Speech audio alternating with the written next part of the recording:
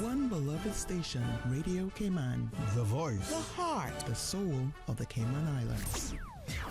Talk Today is brought to you by Subway, open 24 hours in Countryside, Anderson Square in Georgetown, and Centennial Towers in West Bay. And by the Ministry of District Administration, Tourism and Transport. Explore your history, explore your land, explore your sister islands. MedLab in Smith Road Plaza, your complete medical laboratory solution. Call 949-7331. Talk Today is proudly brought to you by Pirates Fest 2022. Stay in the know. Get the full event lineup at piratesfestcayman.com. And Savannah Pharmacy in Countryside Shopping Village. Convenient opening hours, including Sundays and holidays. In answer to his question about the subjects. There are more questions than answers. Radio Cayman's Talk Today. Oh, what a compliment. For that, I thank you. What is happening now? There are marvelous and Now it's time for us to stand up for God or we fall to nothing. It's time now for Radio Cayman's Talk Today. If you're ready to talk, we're willing to listen. Cayman Islands' foremost listeners participation program. Radio Cayman's Talk Today. Listening to the general public, what the public is saying.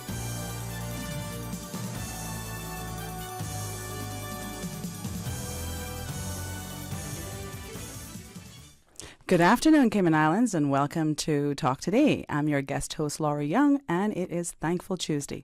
And in the studio with us, we have members of the Department of Children and Family Services, and they're going to be talking about community development. We're going to hear a little bit of a little bit of announcements, and we'll be right back to continue our show today. Radio Cayman's Talk Today, the Cayman Islands' foremost listeners participation program. We ask our listeners to avoid statements or comments which are abusive, derogatory, malicious, or defamatory. Do not use any indecent language or make any statement which is false or misleading. Email talktoday@candw.ky or call 1-800-534-8255. Courtesy of Live Communication. Let your voice be heard. Radio Cayman's Talk Today.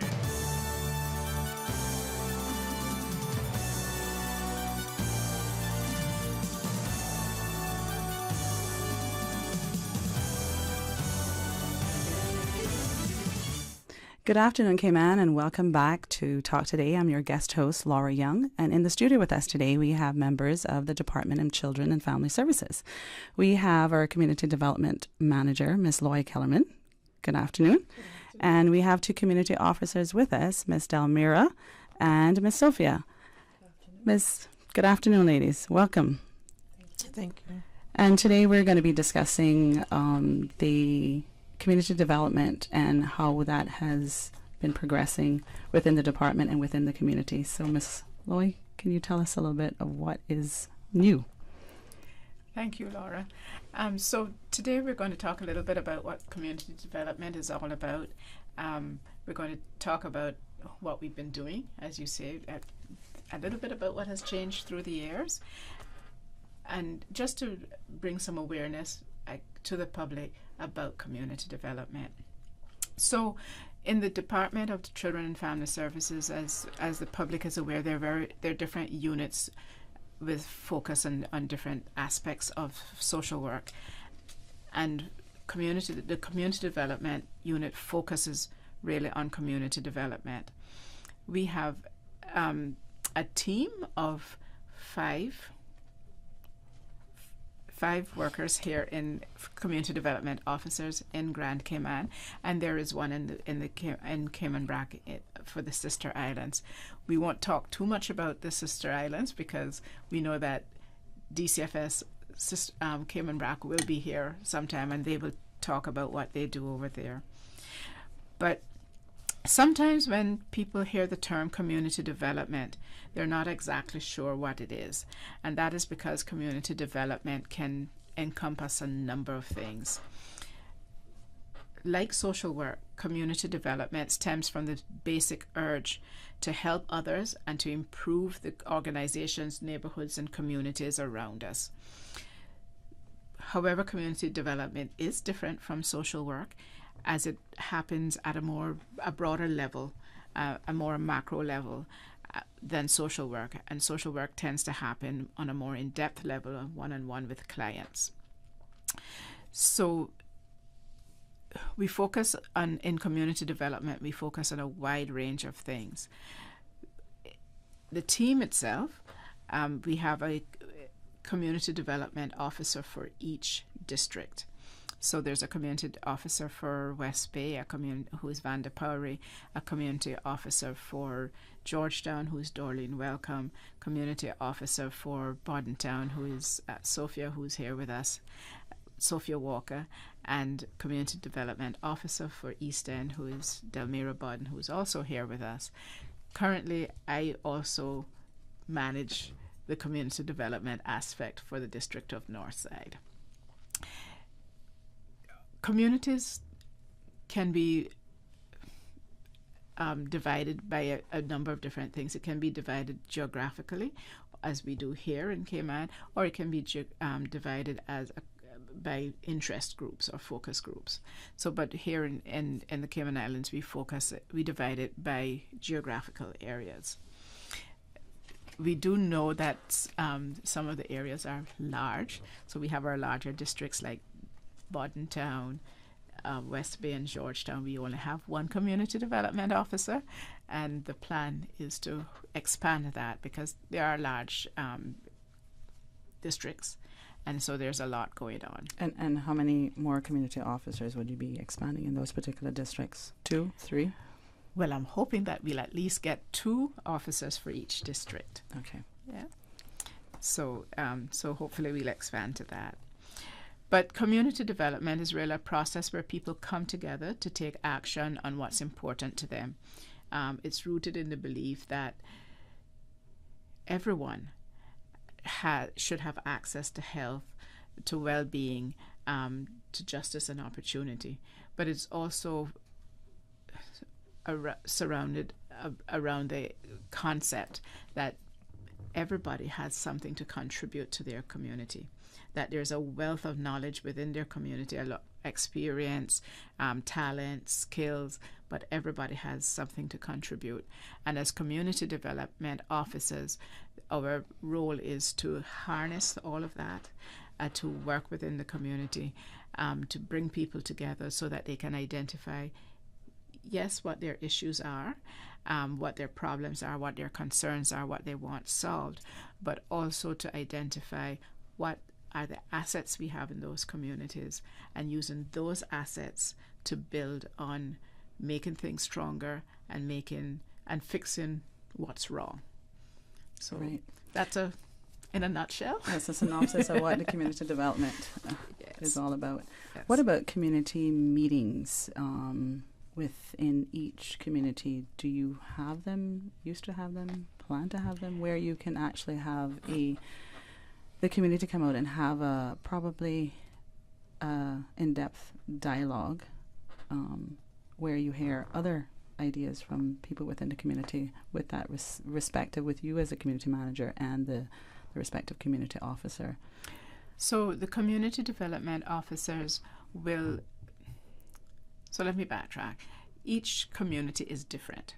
They all have different needs. They're different. We're all the same, almost the same people.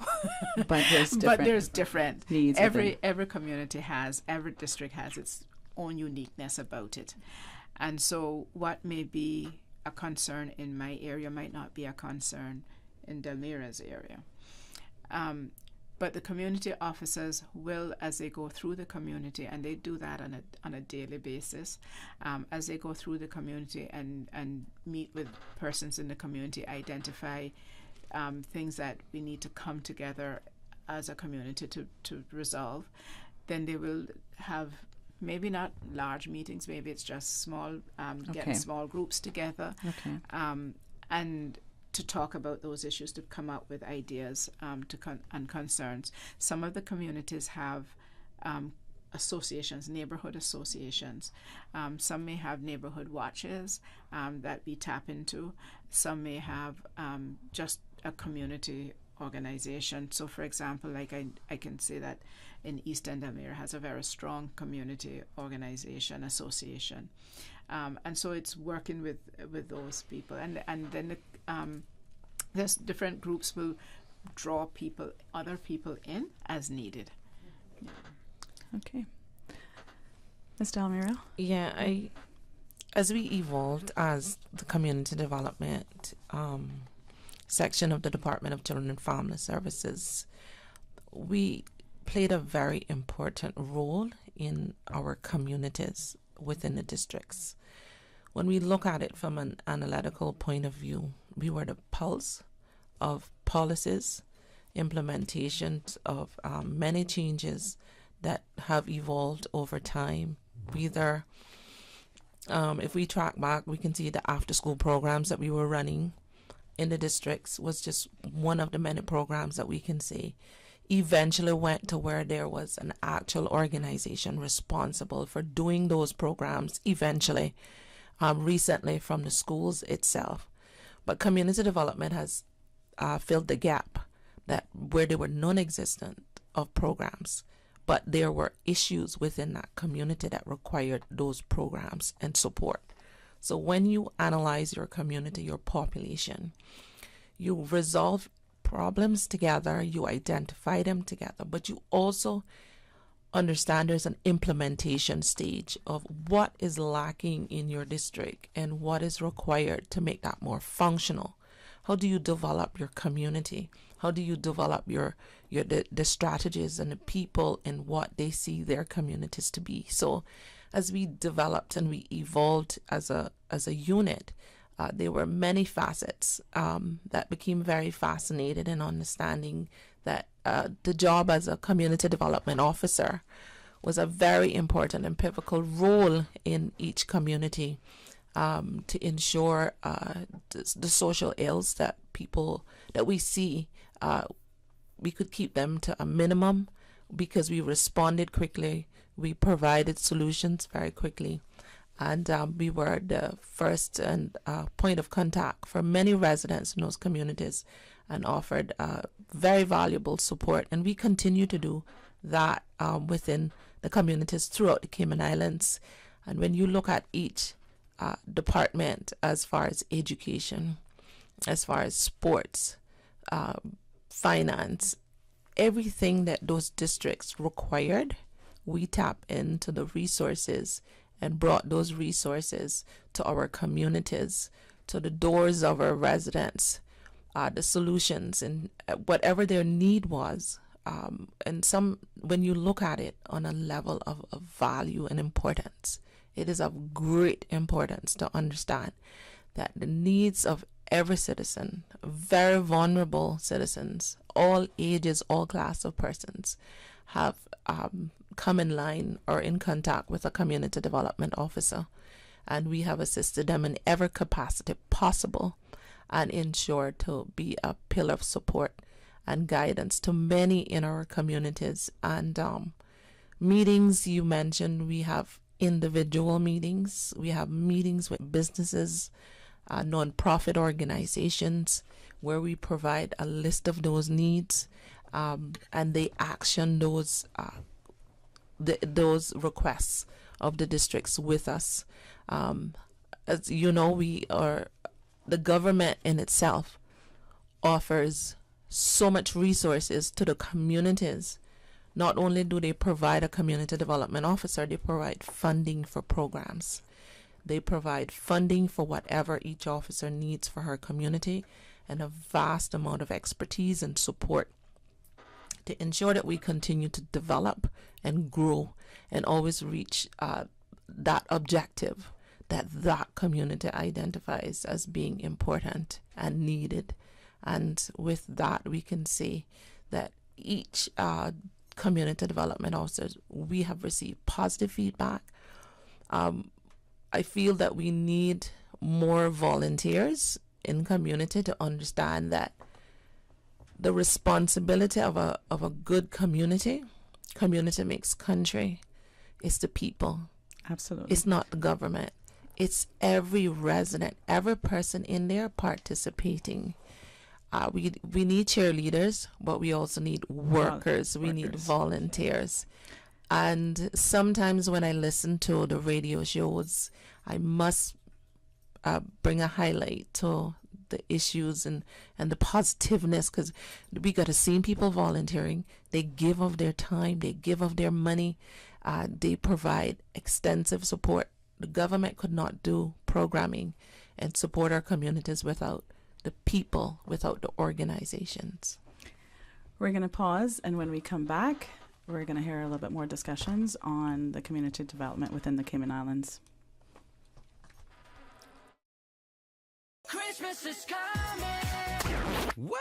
The holidays is around the corner, and we know you've got a home project you've been trying to finish, but just don't have the time. Maybe it's a new paint job, rebuilding that patio, interior or exterior finishes. Take the stress away and call Triple R General Construction to get the job done the right way. Triple R General Construction Services includes build-to-suit, renovations, architectural assistance, subcontracting, and general construction for big or small, commercial and residential buildings. For quality, consistency, and projects done on time, call Scotty at Triple R General Construction at 929-1827. That's 929-1827. Or email at constructiontripler@gmail.com and get your home ready for the holidays.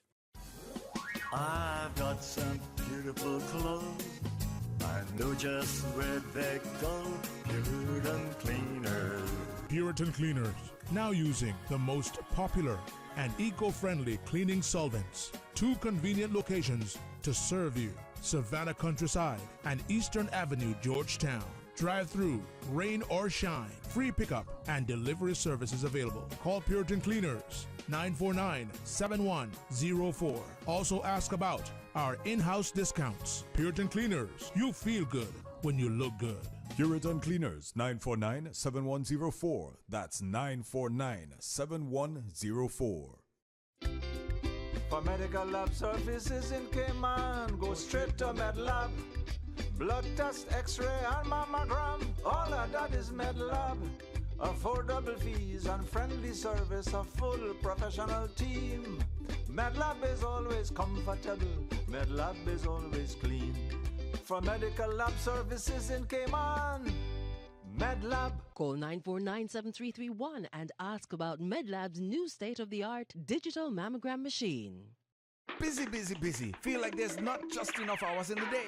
Savannah Pharmacy, service to make your life easier. Now you can WhatsApp your prescription order to 929-5045. And pickup is just around the corner with everything your family needs and convenient opening hours including Sundays and holidays. WhatsApp your prescription order to 929-5045. Savannah Pharmacy, wholesome values with modern conveniences. Performing live in the Cayman Islands, a 4-time recipient of Jazz Writer of the Year, known for his heavy influence of blending Latin and jazz music, is Grammy-nominated pianist, keyboardist, composer, and arranger, Bill O'Connell. Cayman Kaleidoscope presents a jazz trio concert with Bill O'Connell, bassist Lincoln Goins, and drummer Christopher Williams this Friday, October 21st at 7:30 p.m. at the Hawkwill Theatre. Guest performers include Kude, featuring Benil Miller, Neil and Bella Rooney, and saxophonist Devon Eady. Tickets are $50 and $35 for students 17 and under. For tickets, call 323-1651. Enjoy the best in Latin jazz with the Jazz Trio concert this Friday, October 21st at the Hawkwill Theatre. For tickets, call 323-1651. And the whole island is one big, big party, party, party. Little Cayman, the 2022 Pirates Fest season starts with you. November 4th through the 6th with the official kickoff at McCoy's Sunset Bar, Friday the 4th, followed by the Float Parade, 3 p.m. on the 5th, starting from Southern Cross, costume competition, fireworks show, and don't forget about the Pirates Party at the Hungry Iguana. You know them pirates like a little party, Little Cayman style. Little Cayman Pirates Fest, November 4th through the 6th. Listening to the general public. The Cayman Islands foremost listeners participation program. Radio Cayman Talk Today. Because There are more questions than answers. waiting to take your calls right now. the public debate.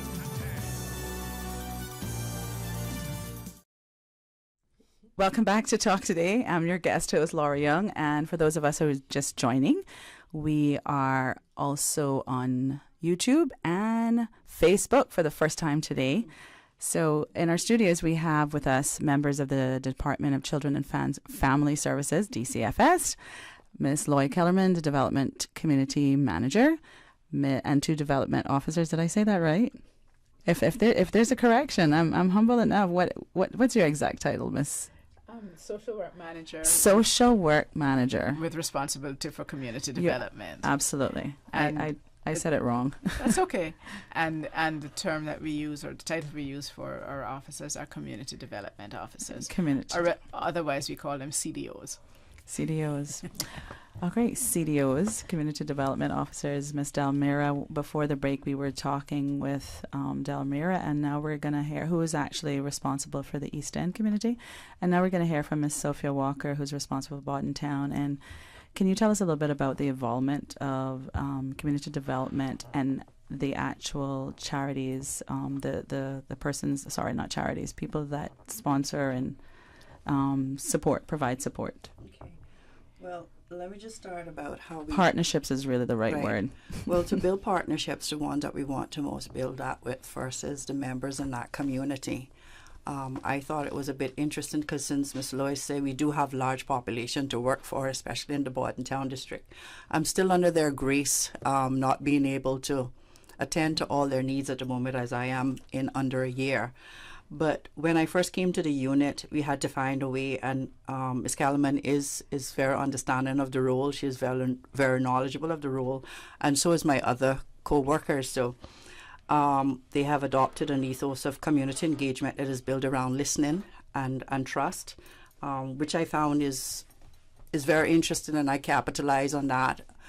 Because until we can go out in the community and engage them on the levels that they need to be met at, where we can say to them that everybody has a right to be informed, everybody has a right to be consulted, involved, and empowered. And in doing so, we get to understand a little more about the history, about the needs in that particular community, about the assets, not only individually, but in the associations and the nonprofit organizations and all of those different things. Because there are times when we need to immediately go to someone in the community that is of a particular source and ask them to have some input into the care of someone, whether it's to fund money for someone or a need that is just presented, school shoes or something. We are there on the ground to actually locate those people. I find that listening helps us to keep our finger on the pulse of our community, where we can better understand the needs that we can serve that community. But one of the things Ms. Delmira was talking about is also the volunteers and everyone else that needs to be responsible. We're aiming to try to get the members of the community to take responsibility for the vision for their community, take action, and we're there to mobilize them actually.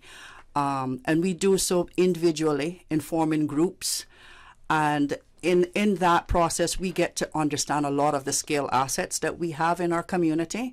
And that force is what really drives and mobilizes activities and other organizations to come about. There are different things that we do.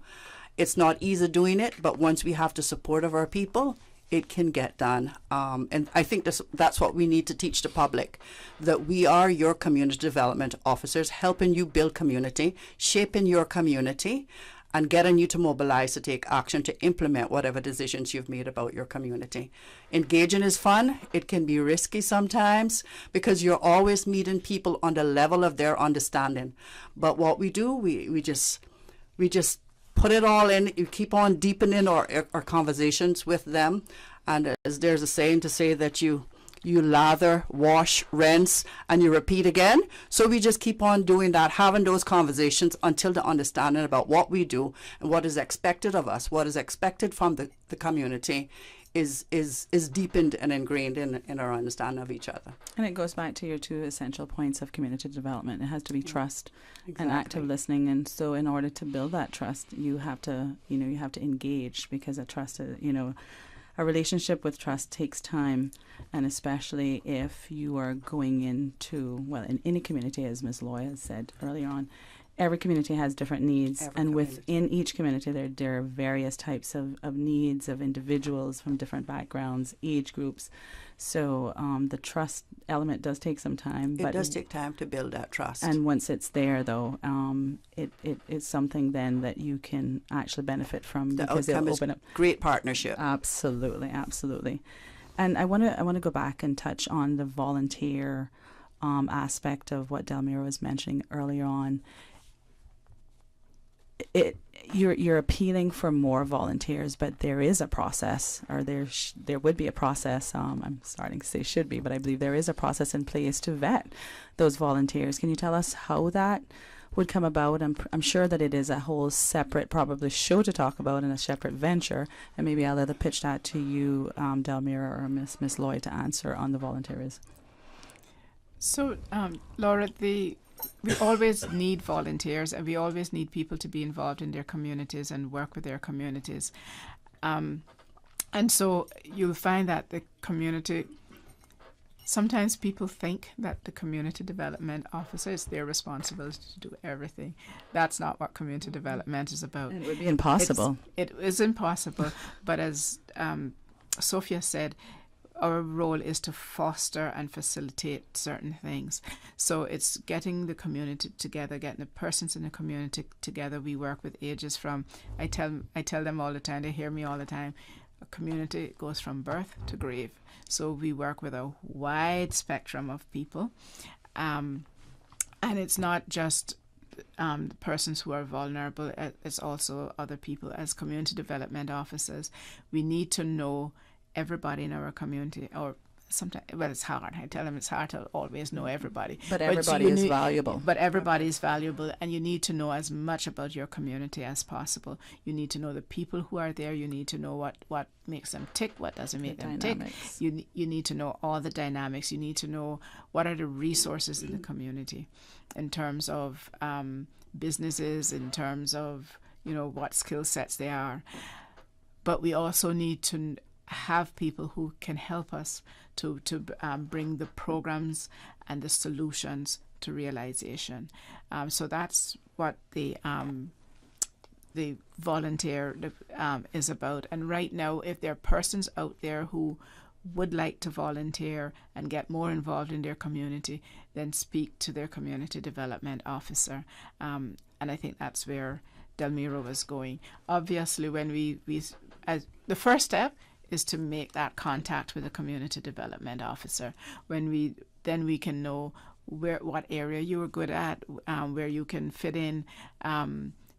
If you're going to be working along with children, obviously there is child safeguarding protocols that we have to go through.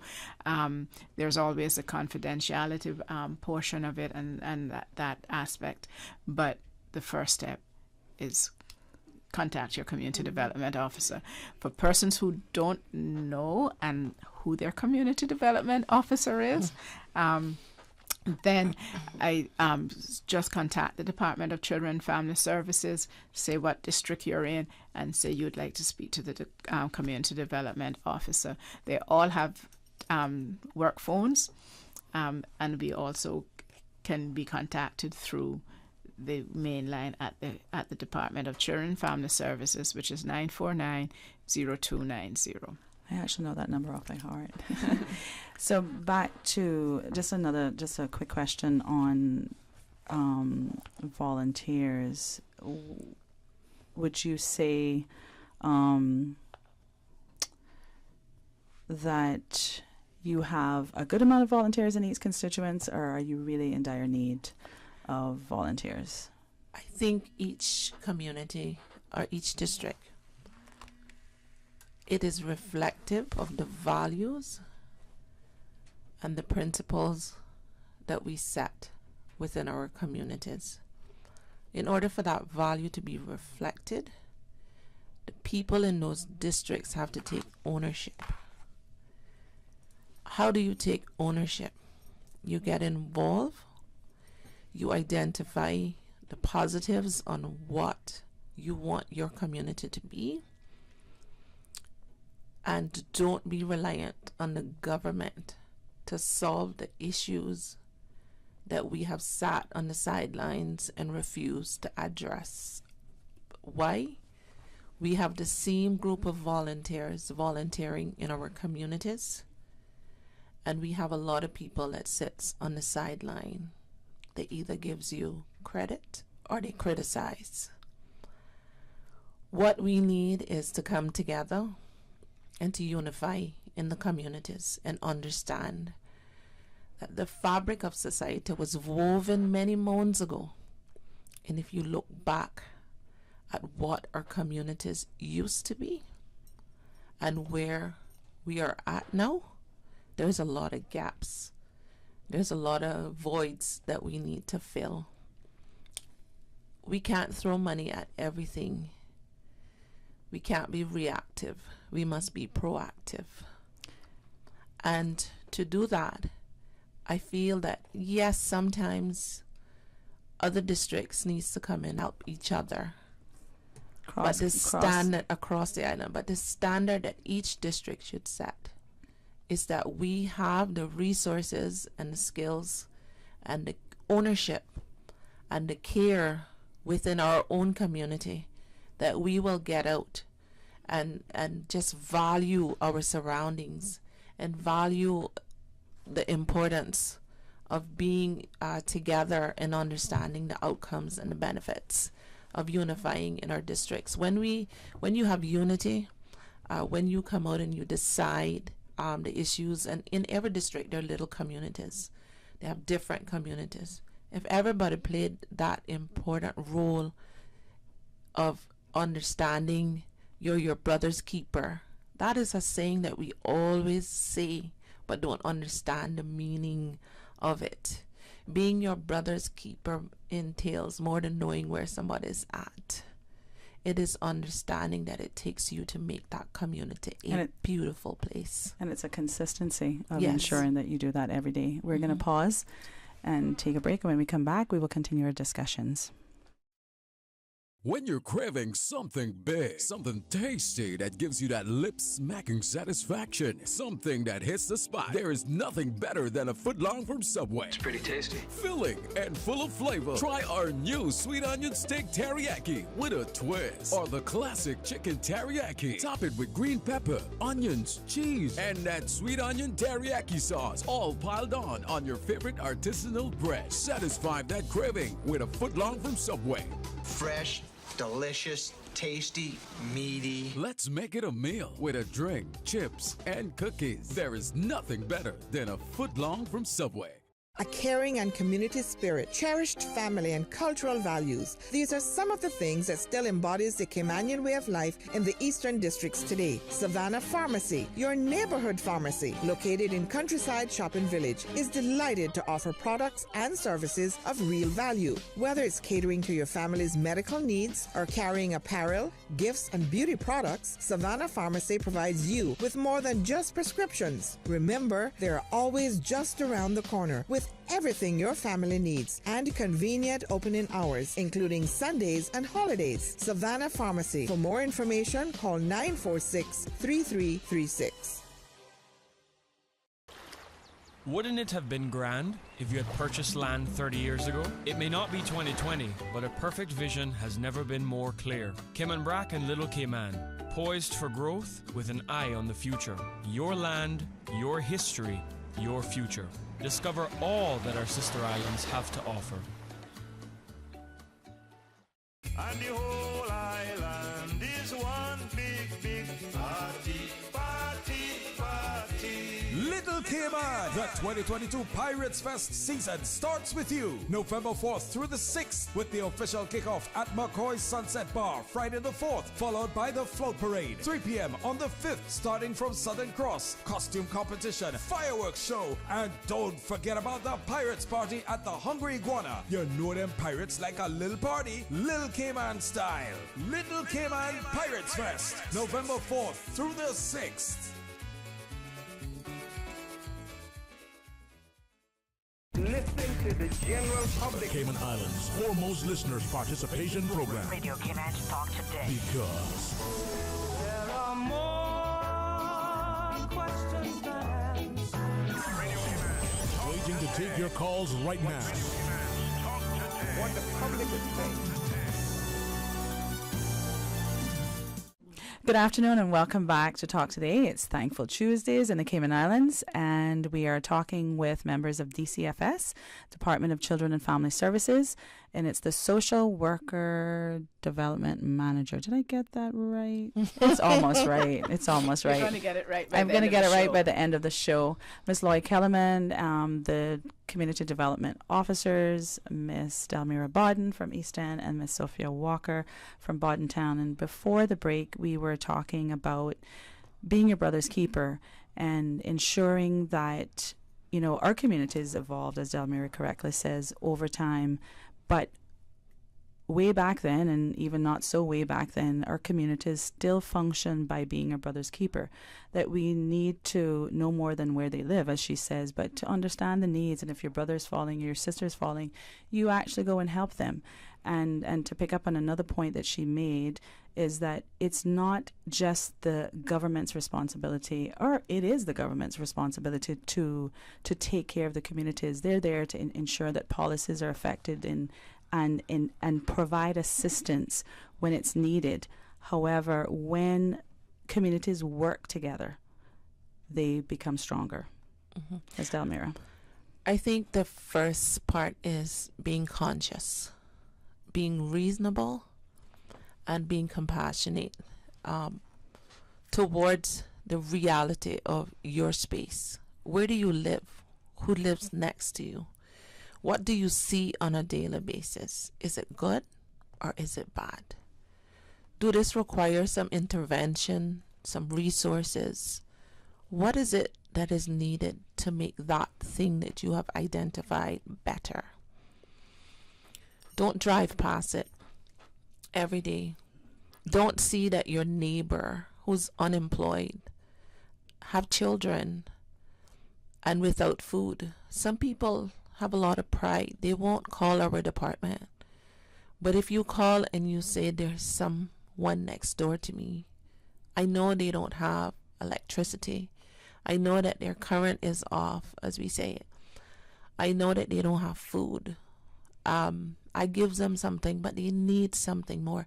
That's the kind of networking we want the communities to do and to get involved in. When I said it's when you see things happen in the community, there is some agency in government that's going to take the blame. When we look at community development and social work, we can only react to what we know. And sometimes we can pick it up, we see it, we deal with it, but some people are quiet. They're not detected easily in our community. For whatever reason, I don't question that. But there are people in our community that knows a lot of stuff. And they need to speak up. And they need to speak up and they need to act. How do you act? If you don't have the resources, ask somebody else that might have the resource. But confidentiality and respecting where that person is at is important. Do not demean them. Do not make the situation worse. How can you make it better? And I must mention the churches. There are organizations in our community that are doing their parts in pockets. But if we get more the entire community on board to understand what love is, what it is to really have a neighbor, what it is to really care about a person, then we would have less problems to deal with. And when, and this irks me the most, is when something really bad happens, everybody takes a plate of food or something to that person. When they knew that they suffered every day, night in and night out, needing something and nobody helped. There's a young person in your community that is unemployed, that you pass every day in your car and never stop to say, how are you doing today? How can I help you? And how can I help you? A lot of times, how I was grounded was because the generation before me took an interest and they took time into knowing that it took a village to raise a child. To raise a child. Taking the village means that everybody has to participate, and we are here to work along with everyone. And until we get out of that mode of thinking that we have to be bullies and we have to demean people, the issues are going to fester. And when it gets out of control, it's going to be the government responsibility. Those issues are reflective of you and the people in your community. Don't wait till someone dies for everybody to talk about the problems that were occurring for months and years. And my heart is very near and dear to children. You see what's happening to children in your community. They're hungry, they're in need of protection, they're in need of care, and they're in need of love and support, not only from DCFS, but from the neighbors, from the churches. And when something happens, we could have saved someone's life. We hear then about the stories, and this child used to see him all the time. Come on, let's get away from that. Speak up and be a role model in your community, because in our times, the community raised us. You hear of the stories of individual persons, of how the humanitarian work was alive and well in all communities, on all levels. And it can happen again. And it can happen again. We're going to pause to hear the news, and when we come back, we're going to continue our discussions. Radio Cayman, the voice, the heart, the soul of the Cayman Islands. Today's biggest news. Radio Cayman, your voice, your choice. Local, regional, international. This is headlines from Radio Cayman's newsroom. Today's biggest news. With your latest headlines, I'm Felicia Rankin-Solins. Water Authority Cayman wants to inform its customers that the public water service in Cayman Brac, east of the intersection of Cross Road and West End East Road, will be interrupted from 1 a.m. to 4 a.m. on Tuesday, October 25th, 2022. The service interruption is necessary to facilitate investigative work on the Cayman Brac water distribution system.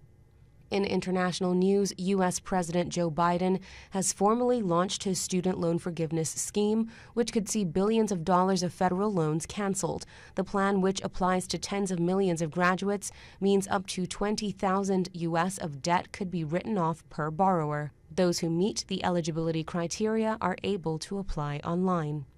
A man whose job it is to help preserve Japan's cultural heritage has accidentally smashed his car into the country's oldest toilet at a centuries-old Buddhist temple. The communal toilet at Tofukuji in Kyoto dates back to the 15th century and is designated an important cultural asset.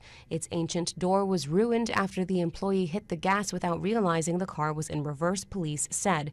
No one was injured and the actual latrines inside remained intact. A photo in the newspaper showed what appeared to be the car after it drove into the toilet's 700-year-old wooden door and pillars. These are your headlines. I'm Felicia Rankin-Solins. For the latest in news and information, follow Radio Cayman on social media, Facebook, Instagram, Twitter. Download the Radio Cayman app or log on to our website, radiocayman.gov.ky. Radio Cayman is pleased to feature this special Sister Islands historical vignette, brought to you by the Ministry of Tourism and Transport. Explore your history, explore your land, explore your Sister Islands.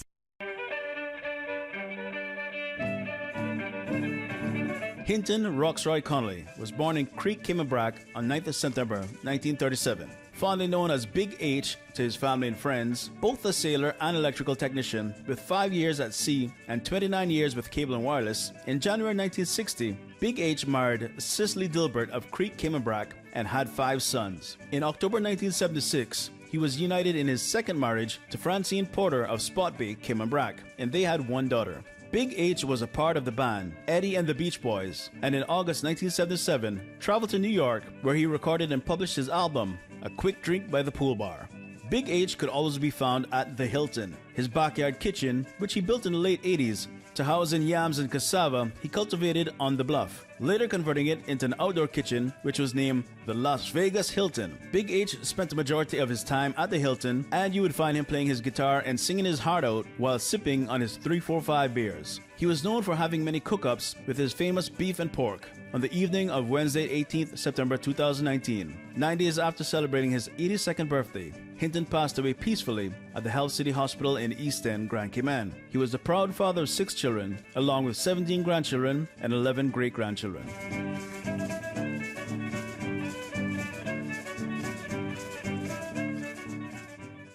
Radio Cayman is pleased to feature this special Sister Islands historical vignette, brought to you by the Ministry of Tourism and Transport. Explore your history, explore your land, explore your sister islands. Listening to the general The public. Cayman Islands' foremost listeners participation program. Radio Cayman Talk Today. Because There are more questions than answers. waiting to take your calls right now. What the public is saying. Welcome back to Talk Today. I'm your guest host, Laura Young, and in the studio with us today we have members of the DCFS and Miss Lois Kellerman. If you can tell us a little bit more about the programs that are being offered within the communities by the Community Development Department. Okay. So through the years we've done various programs, and as Delmira said earlier, sometimes we start a program, get it running, and then we hand it off to the unit or the agency or an organization that's their baby and they run with it. And that's what community development is about. We don't want to hold on to things. Yeah, it's just helping to build capacity in the communities and moving forward. So we've had, we spoke earlier about some of the after school programs, for example, that we've had. More recently, we have done programs such as we've organized things like basketball tournaments within the community. We've done swimming programs for the elderly. We are currently doing an exercise program for seniors in all the districts. We have done family fun days. We've helped, and we work along with a lot of our partners. So we have worked with, and we are starting that back up again, is working with Family Resource Centre, for example, to take parenting into the districts. I'm glad to hear that, because that was a very successful program in the 90s and it needs to return. Yes. So we have craft programs going on with some of the seniors. We have senior fellowships. We're working on starting a youth group in West Bay, for example.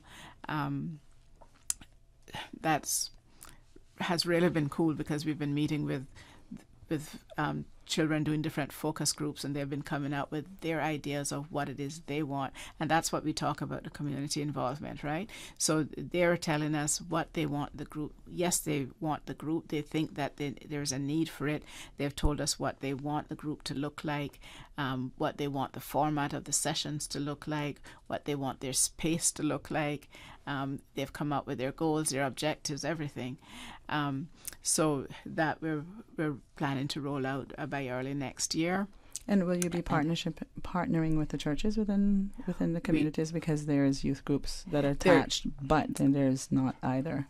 Right. So we will partner we partner with anybody. We will partner with youth services. We partner with churches. We partner with other organizations, other agencies. We partner with any and everybody. So we also do walkthroughs with our the RCIPs. We work very closely with Royal Cayman Islands Police. There's a unit in the Royal Cayman Islands Police called Community Policing. So we work very closely with them as well. They're always involved in our activities. We invite them to our activities, and we will do walkthroughs with them and with other agencies, whether it's NRA, Public Works, Department of Environmental Health, just to look at what's happening and what needs to happen in the various communities. So the programs that we do depends on the needs that are identified, or it may be something that we want to work on, or it may be something that we want to be.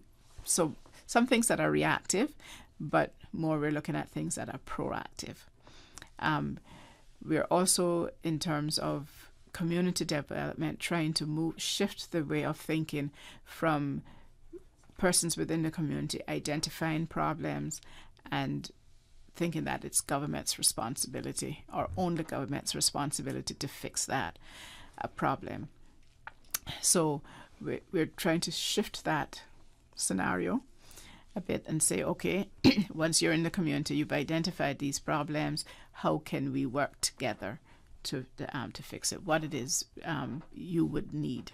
How can we foster that relationship so that we can fix the problem or come up with a solution?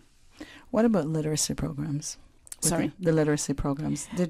Wasn't the DSFS doing literacy programs many years The ago? literacy program, Life now does that. Life, right. And we work along with them in the different districts.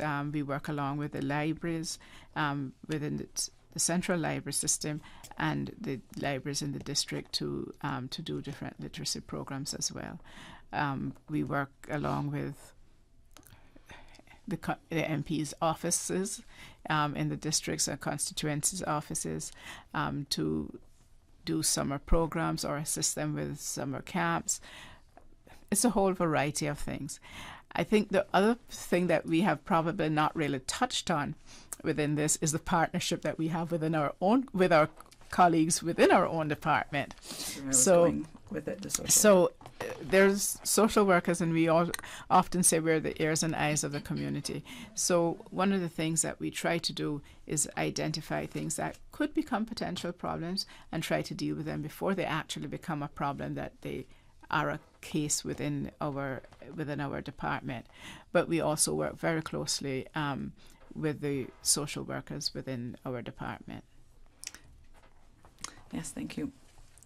Ms. Delmiro, if you could tell us a little bit about a day in the life of a community development officer. It's a nice short snapshot.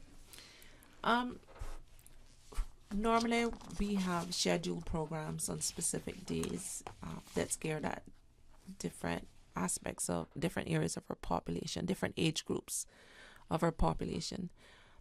So, for example, children. Yeah, we have the library have activities like you said, literacy after school programs. We will assist where she needs assistance as far as them running that program within the community. We have Child Month activities that are in the month of May. In a day, it could be a number of things that happens. It could be an emergency. Somebody needs insurance. We're trying to help them to get overseas. Someone needs to be medevac. It could be an emergency where you find out somebody don't have electricity. It could be that somebody died in your community. You help with grief counseling. You help with the support that anybody needs within that family. Understanding that grief is a very hard topic, it's a very hard situation for anybody to go through. So this is when you would call in partnerships like the Family Resource Center, the Counseling Center, or the church, or most are relying on their ministers, the church. Ministers. Yeah, because you would have to. It's self-determination too. It's who they want to be involved at the time an event happens within their life. So we also take into consideration their preferences. It's all about what the people in the community want. And a day could be meetings, trying to prep for programs, get funding, do budgets, do proposals, run to seniors program, do an educational program in the evening. It could be Miss Lois have us at night at different events. So a day in the life of any community officer can be very hectic and demanding. And What the would you community- say? Sorry, Laura. And the community development officers also do home visits, right? So they will visit different persons in their community. They will go to the schools, and they have very good relationships with the schools within their districts. So they may go to schools and just check to see how else can we support the school, or what is going on, how can we work together on, again, different programs or events that we may be planning. Sophia, can you tell me what is the most rewarding as a community development officer, and what is the most challenging?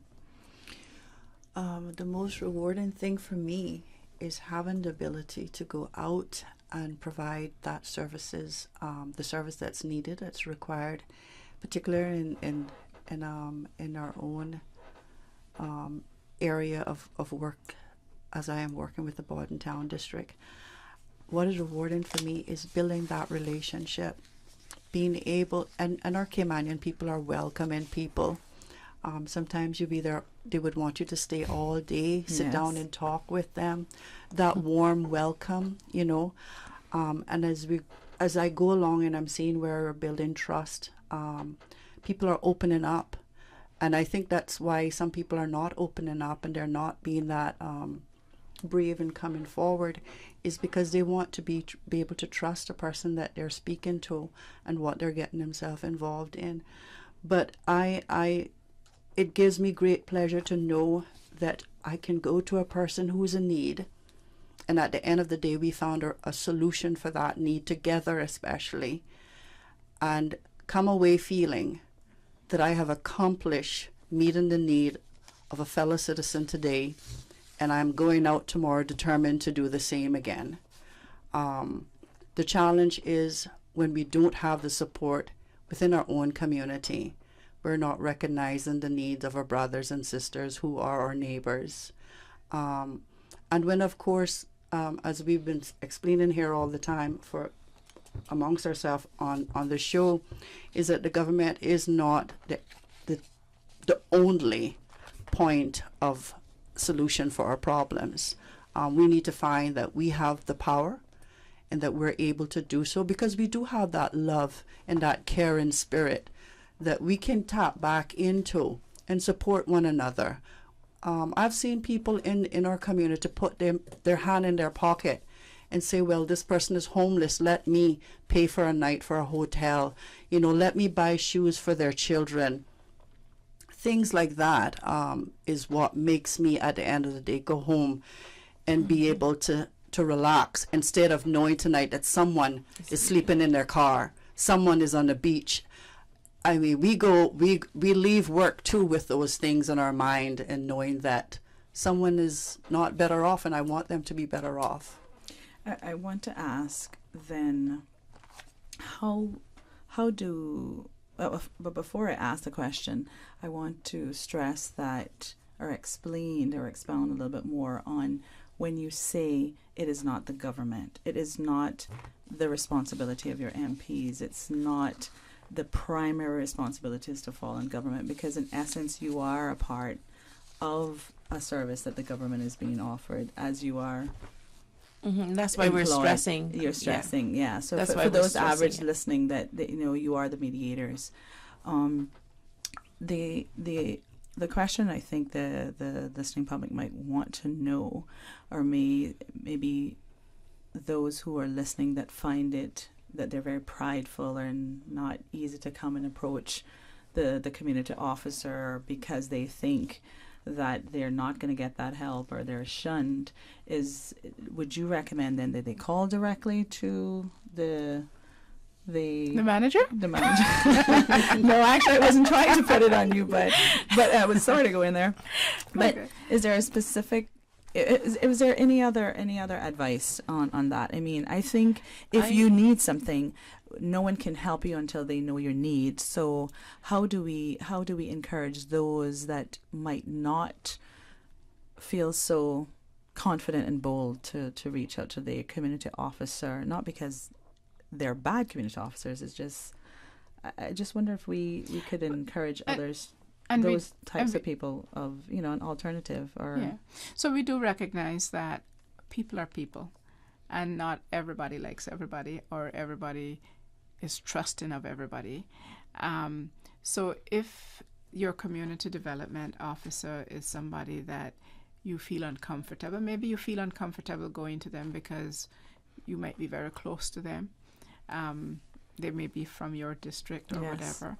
So there are all sorts of things that why people, or reasons why people are hesitant to come forward for help. And or they might not even think their need is a real need. Or they may think it doesn't make any sense because they have tried over and over again and nothing has happened. If that is the case, and you still, however, you really want to, deep down, you want to reach out to someone, feel free to ask for me. You can always ask for the manager, and if not myself, then I have a manager that I report to as well. So just go up the line. That's right. But we do say, and I know that a lot of times people will go to their member of parliament or their elected representative. Some people might not want to go to them either. So it may be your church. It may be a pastor or whatever, but find someone that you're comfortable to go to, and have them help you to direct you where to go. That person that you go to may then turn around and call me and say, they mightn't give me any names or anything like that, but they may say, I have a person, this is their situation or whatever, what can you suggest? And I'll be able to guide them some way. Or they may do that with their community development officers as well. So there is always someone and somewhere that you can go to. And like I said, if it's not with the community development officers, then it's back to me and back up the chain. Yeah, the key messages here, some of the key messages before I ask you to highlight the objectives and where you have contributed positively to enhancing communities is don't suffer in silence. Correct. And don't let your brother or your sister have a need, and if you're seeing that they're not able to help themselves, you reach out to the community development officer or you reach out to the DCFS and find a way to help. So on that note, can you let the listening public know how community development has enhanced the Cayman Islands? Well, I think we've enhanced the Cayman Islands in a number of ways. Just what we were talking about, there are people who have issues, who have problems, who have questions, and they don't know where to go. But with their community development officers, they know that might be their first point of contact. We have advocated for persons on a daily basis. We help to refer them to different agencies and help to just facilitate them getting the assistance that they need. We try to help to build capacity within the communities so that the communities are self-reliant almost, or getting to the point where they're self-reliant, where they don't have to depend on someone to fix their problem, where they can get answers or information. We are always giving out information. And how are some of the ways you give out information in your districts? Well, we do have all the officers have group chats on their WhatsApps. They will send out to the group chats. We will take flyers around to people's homes. We will post information in I guess public spaces, whether it's the library, the clinics, wherever. We also ensure that we pass information on to or whether it's our district clinics or other key people within the districts and the communities, so that we know that they can pass the information on as well. There's information available on our DCFS's Facebook as well. Okay. We're going to open the lines up for any callers that might want to call us at 1-800-534-8255 or 949-8037. And by our WhatsApp, if you can send us a message, we'll be happy to ask the question and have one of our guests in studio respond to them. And while we're waiting for any callers, if you can give us some final key points for us to take away from today's show, maybe tell us a little bit about the Older Persons Month and what activity might be happening tonight or should be happening tonight. Okay. So, Older Persons Month is something that community development is very involved in. So, the community development officer sits in the planning committee for Older Persons Month, and also assists with the organization of the events and helping to get people to the various events. Tonight there are 2 events that are on for Older Persons Month. One is a lecture on resilience and contributions of older women. This lecture takes place at the UCCI Hall tonight, starting at 5:30 p.m. to 5:30 to 7 p.m. So again, it's a lecture on resilience and contributions of older women. We have some very good speakers some very dynamic speakers at that lecture, and so we'd encourage as many people as possible to go to that. We also have a caregiving training that's happening tonight at Jasmine. It's from 6 p.m. to 8 p.m. That caregiving session should have been taking place tomorrow, but unfortunately there was a conflict and we had to change it to today's date. To attend the training, you must be registered, and if you're not already registered, unfortunately it is full. But if you did register for what should have taken place tomorrow, your registration and your booking in space is safe.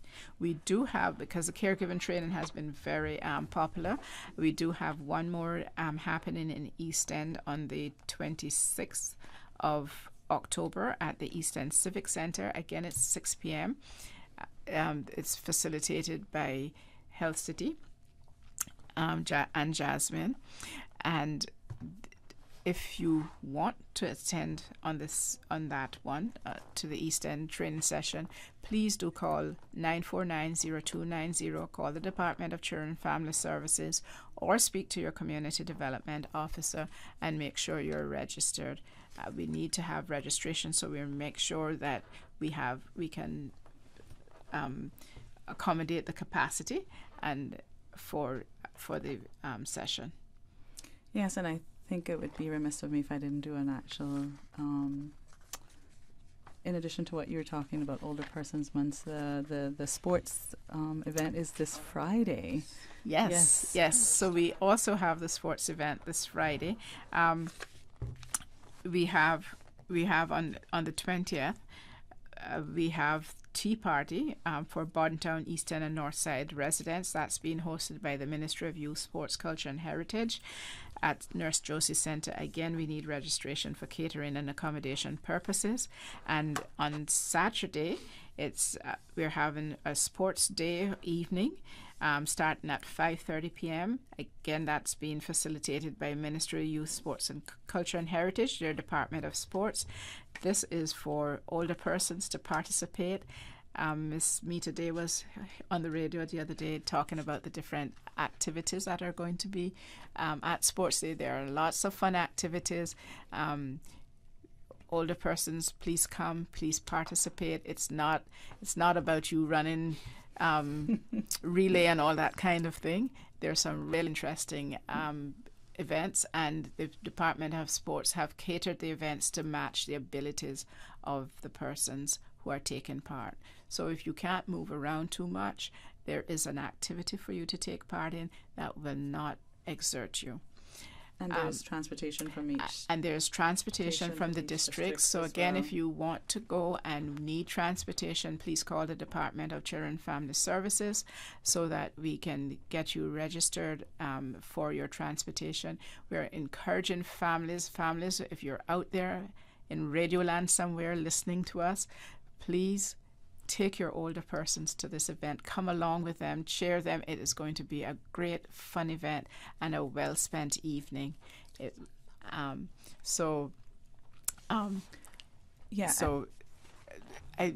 looking forward. We are looking forward to have as many of you out there as possible. Just for clarification, I've given out a WhatsApp number, but we take messages from WhatsApp and not calls. So caller, can you actually send us your question? We'd love to hear it and answer it. And while we're waiting for any potential call, we'll probably only be able to take one or two as we are almost ready to sign off with these guests and invite our other guest in. We're going to ask Miss what district does Midland Acres fall under is the question. It's Bordentown. So the Bordentown Community Officer is actually in the studio with us, Miss Sophia Walker. And how can she reach you, Miss Walker? She can reach me on my cell phone. It's 926-5569. So Sophia Walker's number is, and can you repeat that again, please? 926-5569. Okay, final closing comments from each of you. Miss Sophia. Miss Sophia, actually, we'll start with you. Well, I know you mentioned before, we're speaking of allowing the government not to do everything and how would some people view that. It's just like a parent and a child. You groom that child in a certain way, and at a certain time, you are expecting that child to be able to stand on its own. With the facilities and the empowerment that we would provide to the community, it's just that we are actually facilitating, fostering, and empowering you that you will be able to stand on your own and support your own community. Ms. Delmira. Actually, we have one caller. We're going to take that caller. Caller, good afternoon. You're on the layer. Good afternoon. Good afternoon. And thank you for Sorry, I can't hear you clearly, but I'm going to ask you to speak up. Sorry. Go ahead, Delmira, closing comments. I would encourage and implore upon everyone in their communities to take a different stance and to see things in a different way of understanding how impactful and valuable you are as a citizen and a resident within your own community, within your own rights, and understanding how important it is for you to participate daily in your community. It's not about being on the sidelines. It's about how can I make a difference in my community. The difference that you make not only protects you or have better outcomes for you, it's for your children. It's for everyone that lives in that community, the elderly, all age groups. How can we do things that will make somebody's life better? And to do that, volunteer, be a part of the activities that we're doing, be a part of the change that you want to see. Yeah, be the change that you want to see. And that is something that I'm passionate about, and that is something that I will always put forward and foremost in my life to say, be a part of the change that you want to see. Thank you. And we'll take that caller. Caller, are you on the line? Yes, I am. And thank you for this opportunity.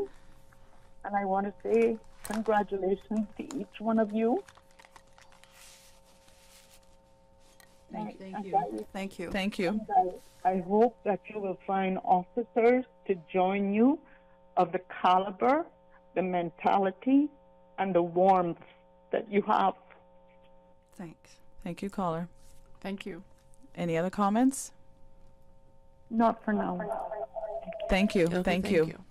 And we can hear, respectfully that caller is very emotional. Yes. Emotional from the perspective that they have been helped by the development officers, and you can see the importance that you play. And on behalf of the community, we thank you for all that you do, and pray that you will continue to have God's strength and wisdom to carry out your duties, and that there will be volunteers that will come along and help you help them to affect the change in the respective communities. Ms. Loy, any final comment before we So I just want to endorse what both Sophia and Delmira have said. We spoke earlier about taking a village to raise a child. It takes each of us to build our communities, to make the communities what we want to be, the kind of community we want to live in, the kind of community we want to stay in, and have that for our children. So again, we encourage everyone to do their part. As I said earlier, again, everybody has a contribution to make, no matter how small you think your contribution may be or how insignificant you think it might be. You have a contribution, and we look forward to working with you.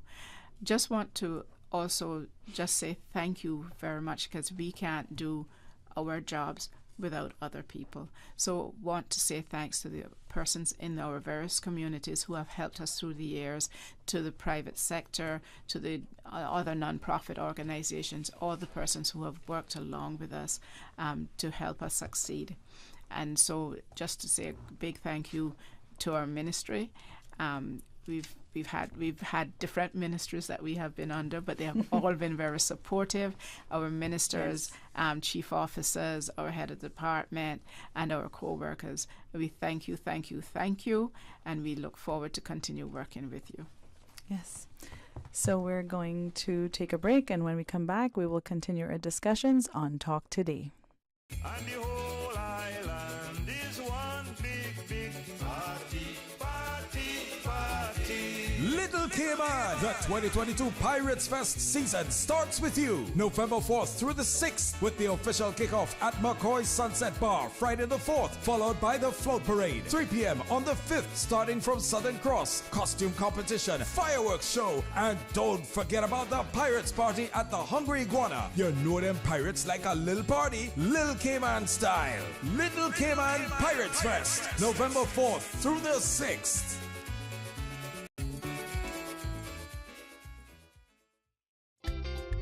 For medical lab services in Cayman, go straight to MedLab. For a full range of medical services, pleasant, clean and comfortable environment, no long lines and affordable fees, visit MedLab at the Smith Road Plaza. Open Monday to Friday, 8:30 a.m. to 5 p.m. and half day on Saturdays. Call 949-7331 to make your appointment. For medical lab services in Cayman, MedLab. Ask our professional team about the benefits of cutting-edge technology with MedLab's new state-of-the-art digital mammogram machine.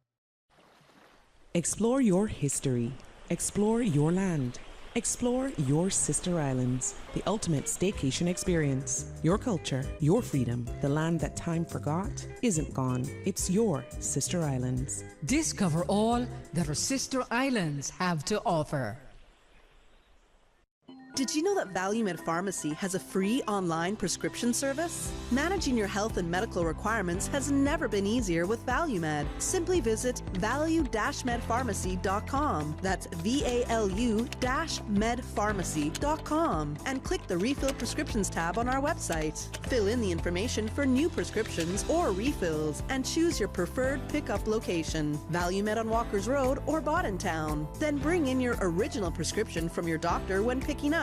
There's no need to stand in line and wait for your prescription. Save time and pick up prescriptions at your convenience by visiting value-medpharmacy.com. That's VALU-medpharmacy.com. The 6:30 p.m. weather report, Monday through Friday, is proudly sponsored by CG Britcay.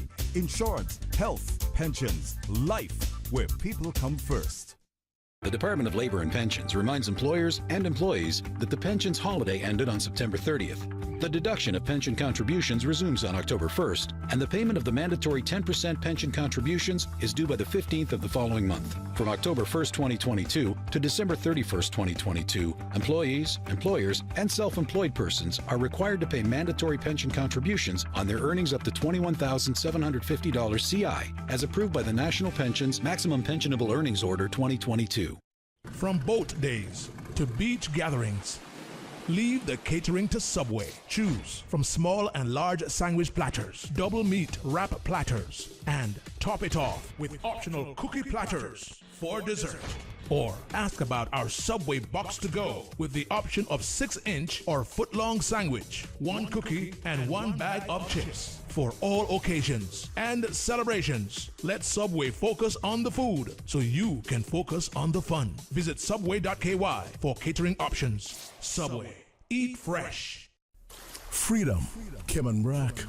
Freedom, Little Cayman. Soft breezes, blue waters, no traffic. Unwind and rejuvenate your mind, body, and soul. Sister Island Staycations, a taste of freedom. Discover all that our sister islands have to offer.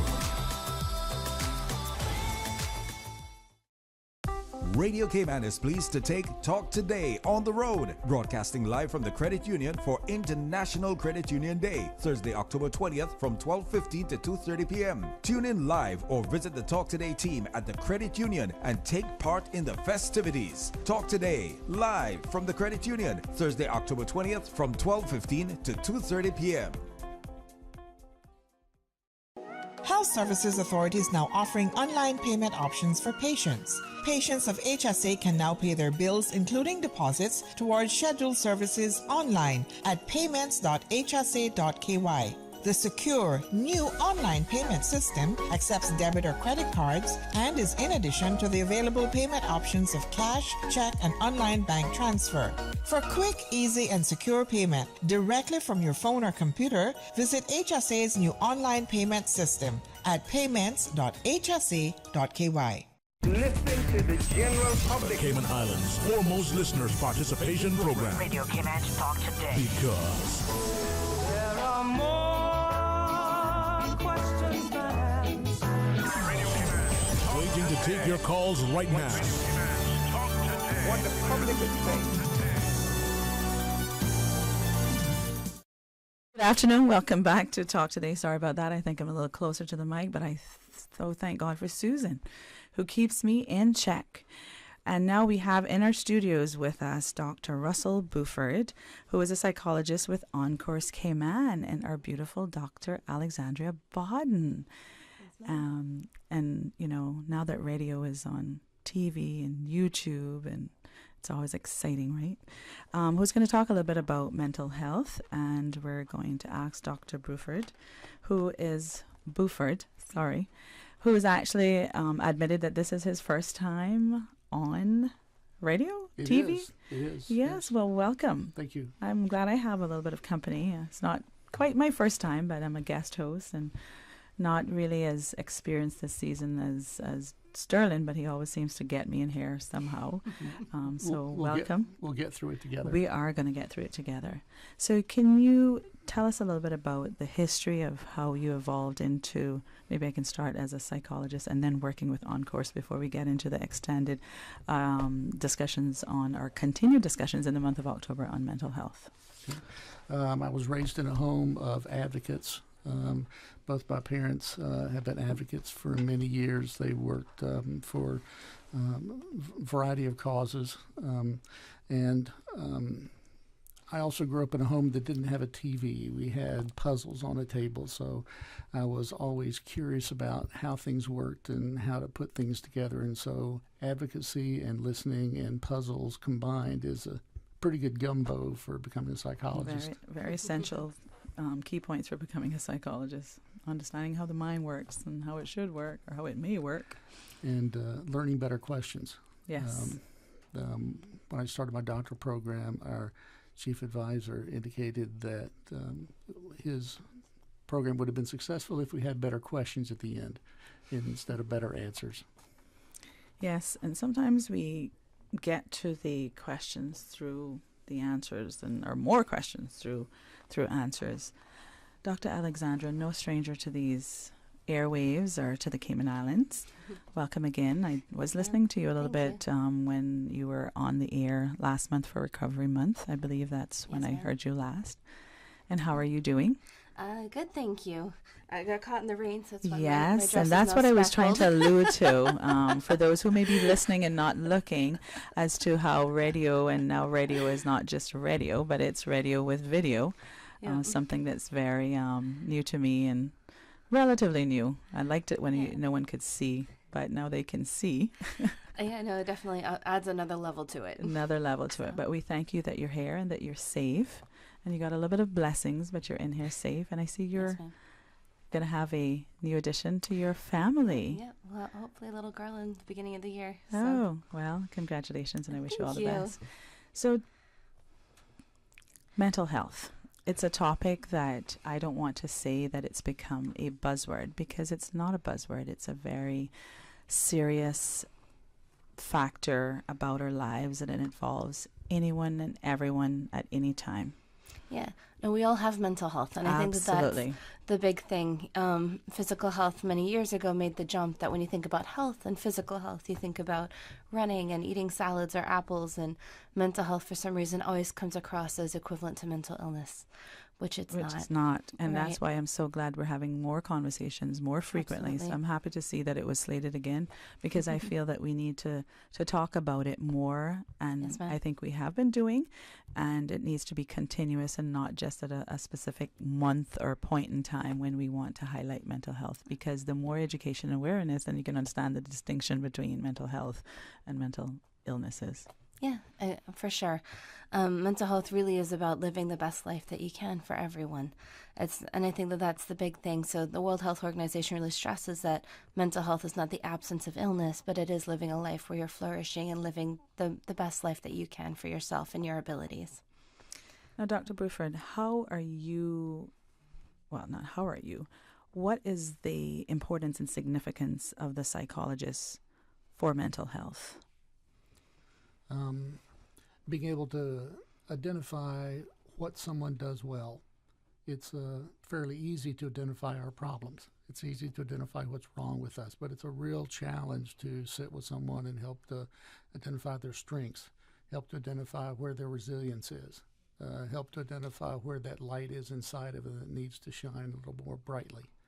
That's the real challenge of getting away from kind of a diagnostic categorical view of illness and begin to listen for values and goals and connections and interests and spirit. That's I think the role of psychologist is to move away from a diagnostic label and focus on what fills somebody's heart, what fills their life, what helps them live with meaning. I think that's the real challenge of, as Dr. Bodden was saying, focusing on health, focusing on strength and resilience, and moving away from an illness and a deficit model, moving away from avoidance of problems, and focusing on what you do want to move toward and how to build those skills to get what you want out of life. Yes, excellent. I am glad that you've broken it down like that, because a lot of us, and even maybe me at some point in my life, at a very young age when I was unaware, when you heard of a psychologist, you just immediately thought, okay, is that someone that you go to because you are mentally insane or unwell, versus someone that you would go to help you through a difficult time mentally. And I'm no expert, so I'm going to not talk as much before I get tripped up. But no, it's okay, but that's exactly how it is. Yes. And how it feels here. That's why I really appreciate these conversations in Cayman. I'm Caymanian, but I spent 9 years in the States with my training. And it's important, and it can be awkward to talk about, it can be difficult if we feel like we don't have the right words. And that's why I think having the conversations is so important. And because that is still a commonly held belief by many. Yes. I spent a few years working with Dr. Lockhart, and it was really interesting, the different thoughts that came out from people, that if you have to take a pill from the psychiatrist, because psychiatrists are medical doctors that give meds, then you're really crazy. Or if you end up going further down the hall to my office, as a psychologist, and you have to talk about it, then you're really crazy. Neither one is crazy. We all can benefit from having some support. And Dr. Lockhart and I work very well as a team, as do many other mental health providers. So there's so many questions, and it can be so confusing. That's why I really appreciate these conversations, to get a chance to share about it and hear about it. Yeah, so my first question would be, how has the Caymanian community, and by extension all three islands, how have we progressed along understanding education, stigma? And I know we are doing a lot more in the last 5 years that I can say. Not sure longer, but like it's a lot more front and center. A lot more people are wanting to. I'm sure that a lot of more clients have come forth. A lot of people have come forth because we are having the conversations. Can you just tell us how you see it has improved? That's the first question. Yeah. Well, so I got into psychology, started my doctorate in 2008. My father cringed. He gave me the option of law or psychology because I wanted to do criminology.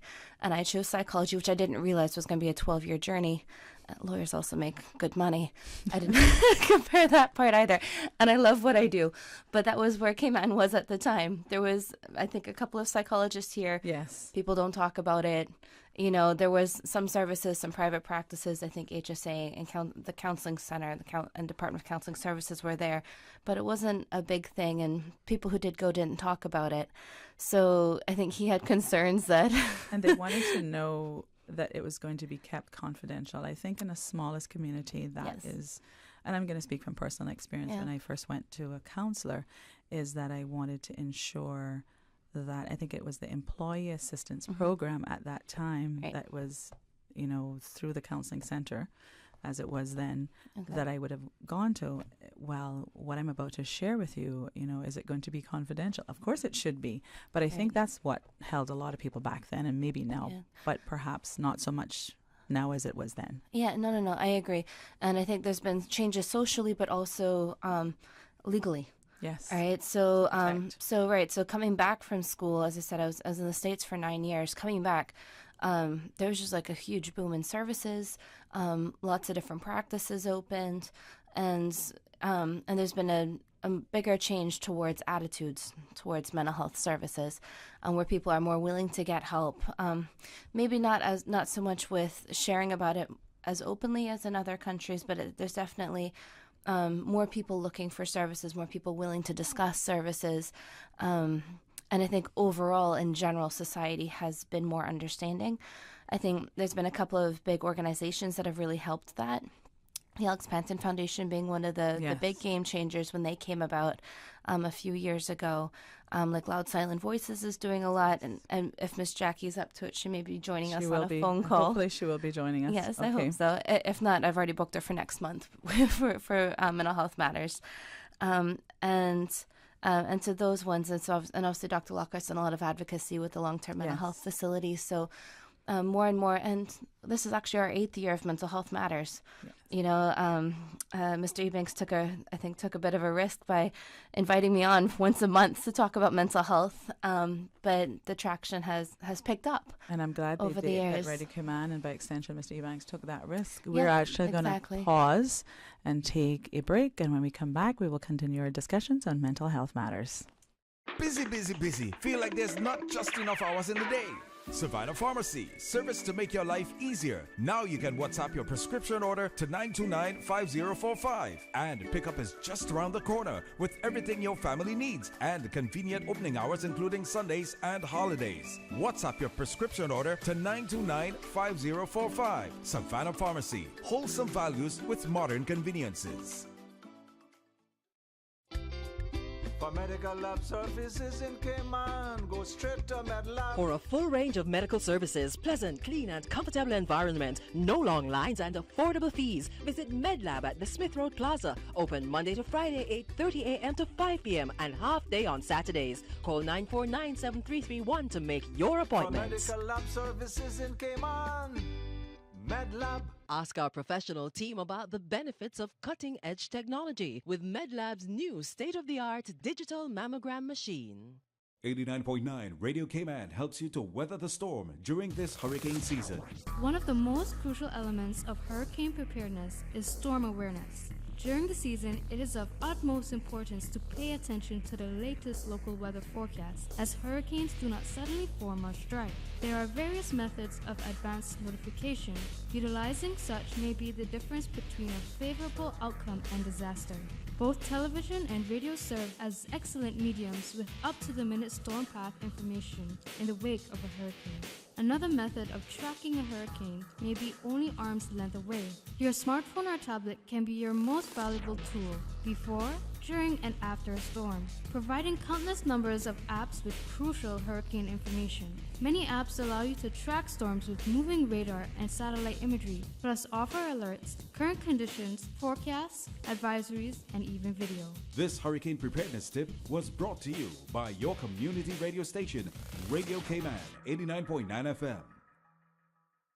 Listening to the general public. The Cayman Islands' foremost listeners' participation program. Radio Cayman Talk Today. Because there are more questions than answers. waiting to take your calls right now. What the public is saying. Welcome back to Talk Today. I'm your guest host, Laura Young, and in the studio with us is Dr. Alexandra Bodden from OnCourse, and she's a psychologist, psychologist, as well as Dr. Bruford, who's also a psychologist. Dr. Bodden, I'm going to go back and forth between Alexandra Bodden. That's okay. Can you tell us a little bit about the legal aspect of legal aspect of the progression of mental health and how have we evolved as a society with accountability and laws? No, I think that's been the biggest change from when I went off to school and coming back, and a really important one. That's why whenever I get a chance, whether it's on the show or any of the talks I do in the community, to get a chance to explain confidentiality, which is exactly what you were talking about, and that when you share something with a therapist or a psychiatrist or a doctor, that it shouldn't be shared anywhere else. I know in Cayman, we're so used to everyone knowing everyone's business, it's hard to understand that idea that something could remain confidential. And in places like the States, it's expected. So it's a different idea in Cayman, but I think it's important to know that as therapists, we greatly value the relationship we have with clients, and for clients to be able to be open and trust us, it's important that they know that what they're discussing won't be discussed anywhere else. We have a policy like at our office, even if a family member or someone calls, the standard answer is we can't confirm nor deny if someone is or is not a client. And so your information goes nowhere without us having had a discussion and me actually getting a written release to say that you're okay with me discussing X, Y, and Z with this person. And you are accountable to laws as well. We as are. a doctor and a psychologist. Right. So most therapists will be licensed under the Council for Professions Allied with Medicine. This is going to be the psychologists, the counselors, the therapists, social workers. We all subscribe to CPAM, and that's our licensing body. And if there's ever any questions or doubts about what's going on, I'd suggest taking it up with the provider first if you're able to. And if not, you can always contact CPAM if you have concerns about what's happening or if you feel like something's happening is not right. Psychiatrists would be licensed with the Medical Dental Council, which is MDC. So we now have licensing boards in place to regulate the ethics of providers on island, which I think is really important. But I also think it's important for people to know that and to know if you are seeing someone, it's fair to ask about their license, it's fair to ask about their credentials, and to make sure that they are CPAM licensed. That is available. So the registry is available for CPAM and MDC on the government, on the Health Practice Commission's website. Okay, and you are a part of the governing body, right? Yes, ma'am. So I'm currently the chairperson for CPAM. Can you? It will be me getting your emails. For the purposes of the listeners, again, can you tell us what the acronym CPAM stands for? Yes, ma'am. Council for Professions Allied with Medicine. So that's why the medical doctors are licensed under the Medical Dental Council, and that's the psychiatrists, the ones that prescribe medications. The ones that do talk therapy are under CPAM. And there's actually 46 professions regulated by CPAM. So if you have any doubts, you can always look it up. It does, for mental health, include psychologists, counselors, therapists, social workers. But we also have the speech-language pathologists, OTs, physios, massage therapists, acupuncturists. There's a whole host of professions that are regulated by CPAM. But for mental health, for the mental health purposes, those are the main ones. All right. So can we start our discussions on mood disorders, Dr. Bruford? Would you like to? Yep. So we're going to do just kind of an overview of the different of that kinds of mental illness, because I know on the show we often focus specifically on one. I want to just kind of do a quick overview. So mood disorders as a group have clusters of symptoms that are consistent across the different labels we use.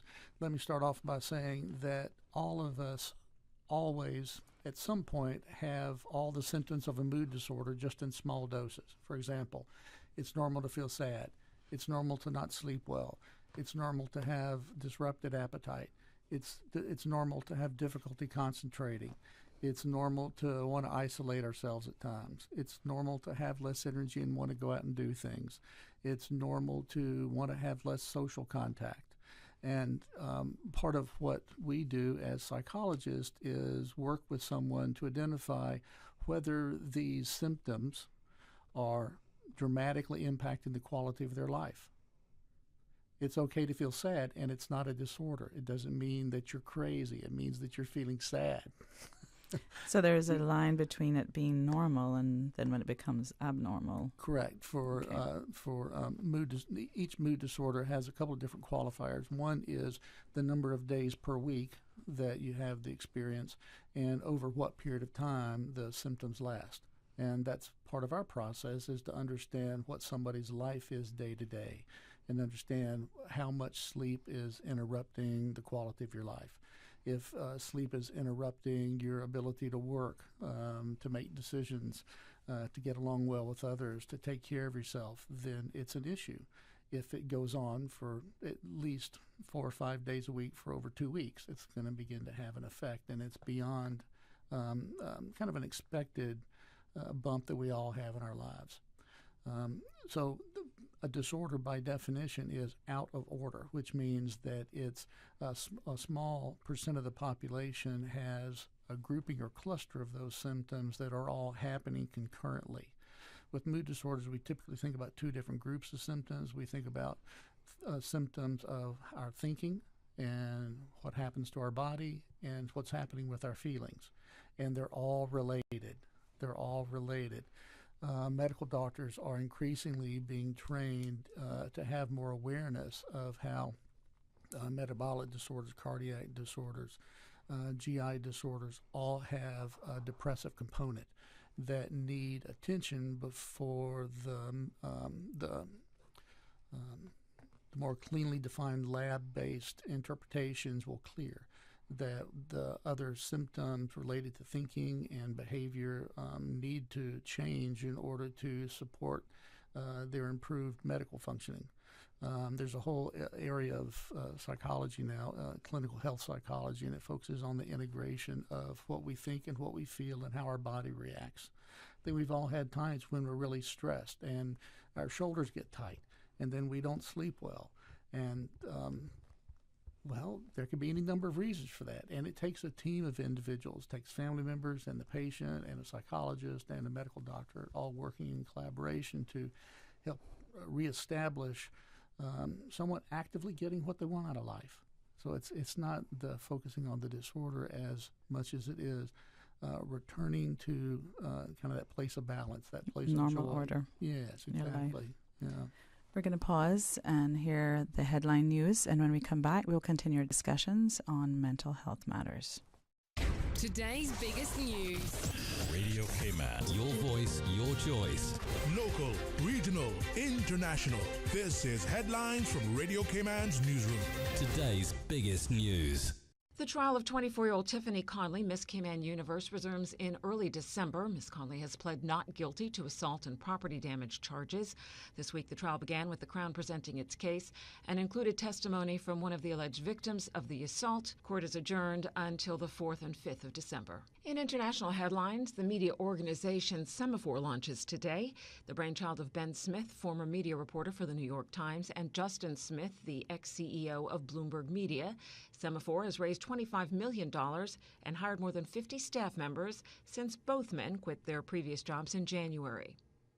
The founders say they're excited to launch a high-quality independent global news brand that is, quote, obsessed with solving a number of big consumer frustrations seen in news, primarily polarization. Founders also believe people are suffering from information overload, and they're hoping Semafor will make it easier for consumers to make sense of all that's out there. The head of Germany's National Cybersecurity Agency has been dismissed following reports of possible ties to Russian intelligence. That, according to German news agency DPA, the Interior Ministry says Arnie Schonenbaum was removed as head of the BSI agency following the allegations, which, quote, damaged the necessary confidence of the public in the neutrality and impartiality of his management. No word yet on his replacement. Those are your headlines. I'm April Cummings. For the latest in news and information, follow Radio Cayman on social media, Facebook, Instagram, Twitter. Download the Radio Cayman app or log on to our website, radiocayman.gov.ky. Listening to the general public. Cayman Islands' foremost listeners participation program. Radio Cayman Talk Today. Because there are more questions than answers. Radio Cayman. Waiting to take your calls right now. What the public is saying.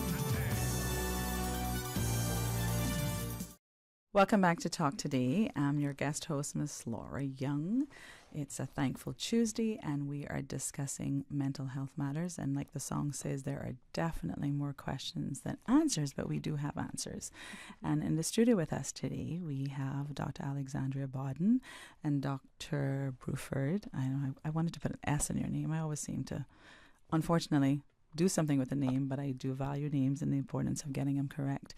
And before the break, you were actually discussing or educating us on mood disorders, and really it's not so much that it is a disorder initially, but that we need to understand that some of those disorders can be normal, and where does it then become out of balance or not in balance as a normal or mental order. Correct me if I'm wrong, this is all new to me. Even though I have a passion for mental health awareness and an advocate, I certainly don't know all the correct language or may say it correctly. Just as you said, it's the definition will be slightly different for everyone. There are some criteria about the number of days that we have the symptoms and the period of time that we experience them. There's also one of the qualifiers for being labeled having a disorder or not is the subjective distress associated with having those symptoms. So if it's not causing you problems, life may be disrupted, but you don't meet the diagnostic criteria for having a disorder.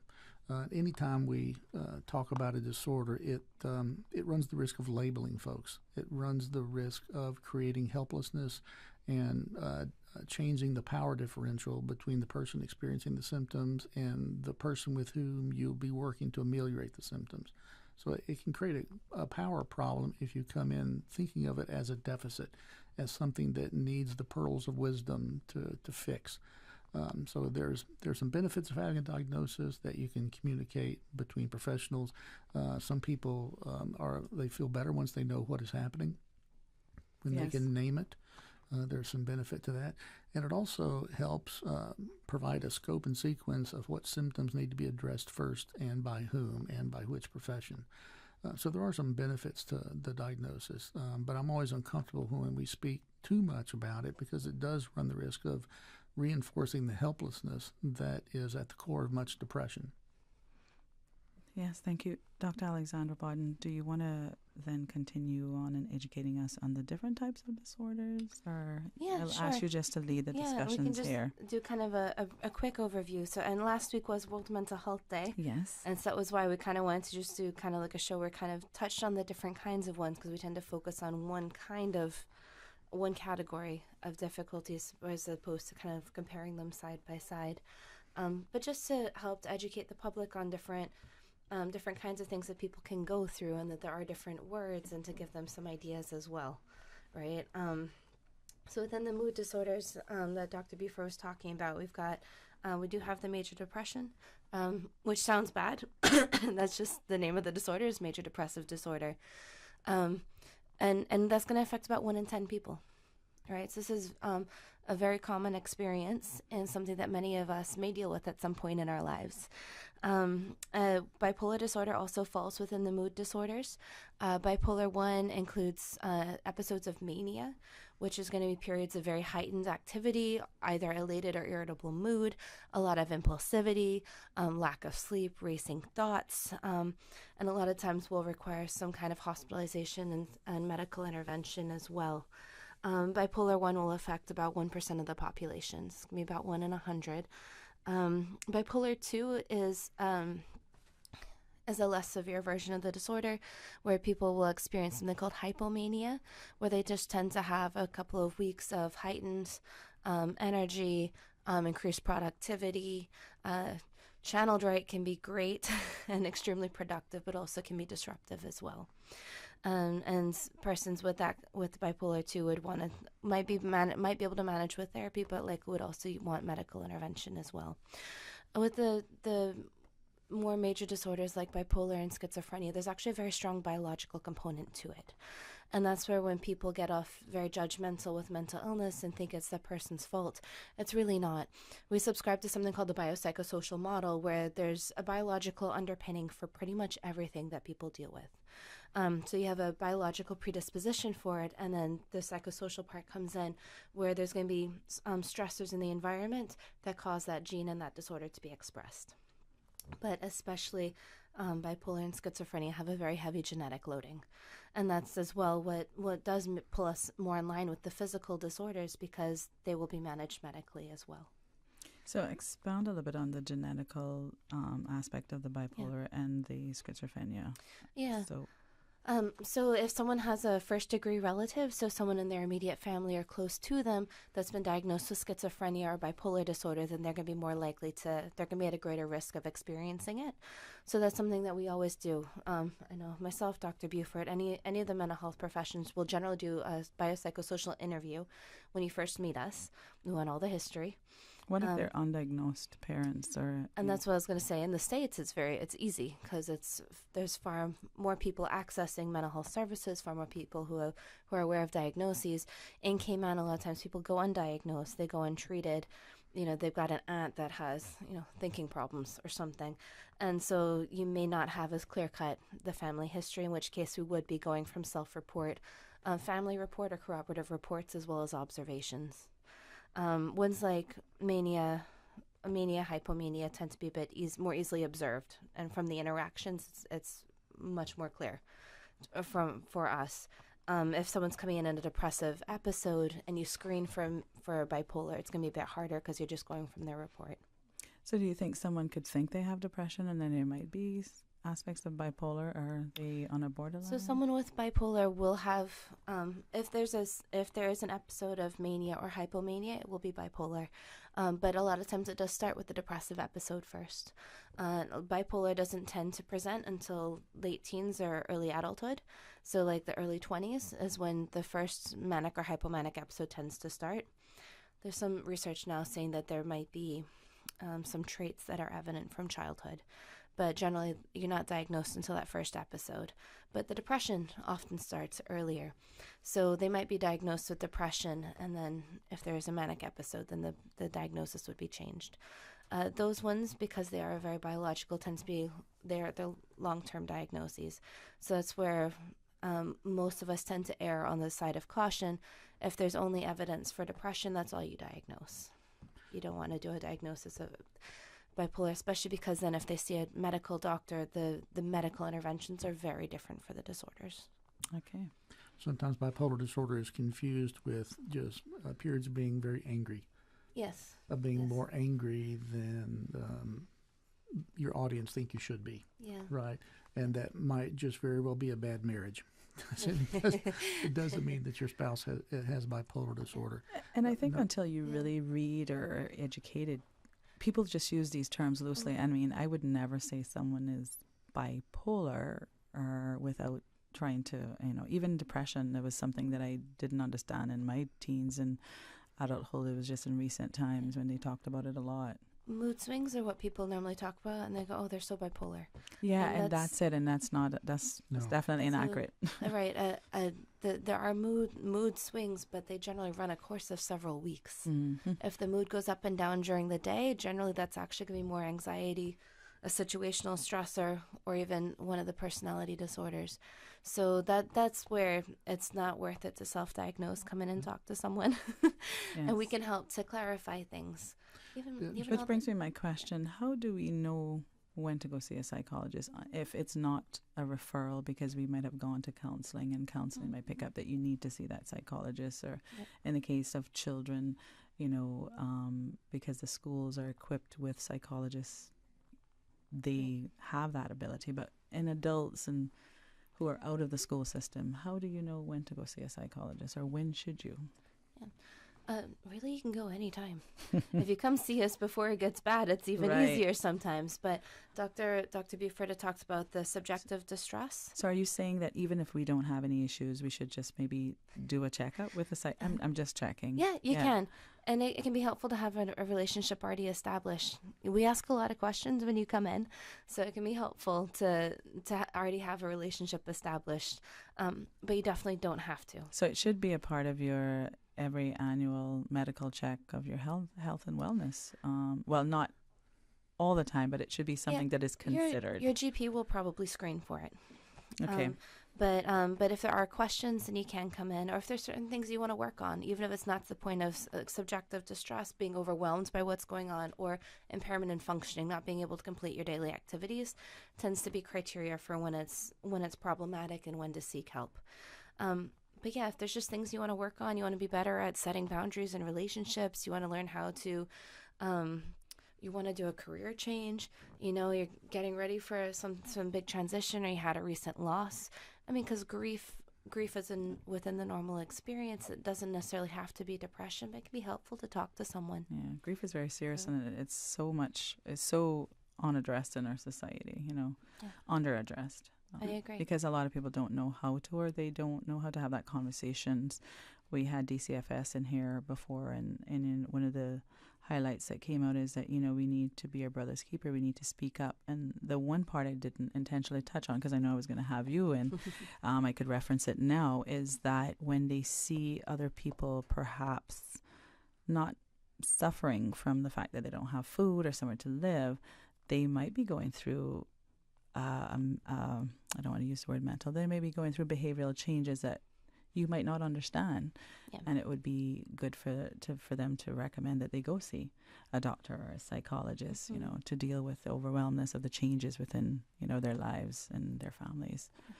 For sure. And we need to speak up on those as well, especially those. And that is what makes us different from family and from friends, is that we're not a part of your immediate circle.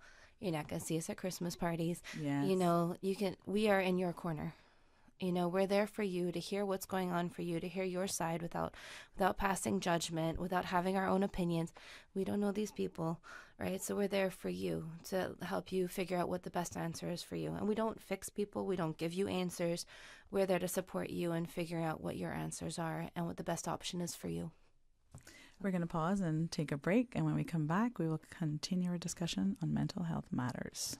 A caring and community spirit, cherished family and cultural values. These are some of the things that still embodies the Caymanian way of life in the Eastern Districts today. Savannah Pharmacy, your neighborhood pharmacy, located in Countryside Shopping Village, is delighted to offer products and services of real value. Whether it's catering to your family's medical needs or carrying apparel, gifts, and beauty products, Savannah Pharmacy provides you with more than just prescriptions. Remember, they're always just around the corner with everything your family needs and convenient opening hours, including Sundays and holidays. Savannah Pharmacy. For more information, call 946-3336. Subway makes it easy for you to stay on top of your health and wellness goals with our Fresh Fit menu options. Choose from 5 Fresh Fit Subway sandwiches with only 450 calories or less per 6-inch sub. Turkey breast, veggie, oven roasted chicken, Black Forest ham, sweet onion chicken teriyaki, or make your 6-inch Fresh Fit sub into a salad or wrap prepared with fresh vegetables. For a full menu and nutritional information, visit subway.ky. Subway. Eat fresh. The best foundation you can wear is glowing, healthy skin. The offices of dermatologist Dr. Wayne Porter specialize in enhancing your skin's well-being. Whether you're seeking advanced skincare, including any skin cancers, Botox, filler, cosmetic skin enhancements, or simply looking to reduce wrinkles, Dr. Porter offers a full-service dermatology and dermatological surgery practice. For more information, email drporterkman@gmail.com or call 946-9020. That is 946-9020.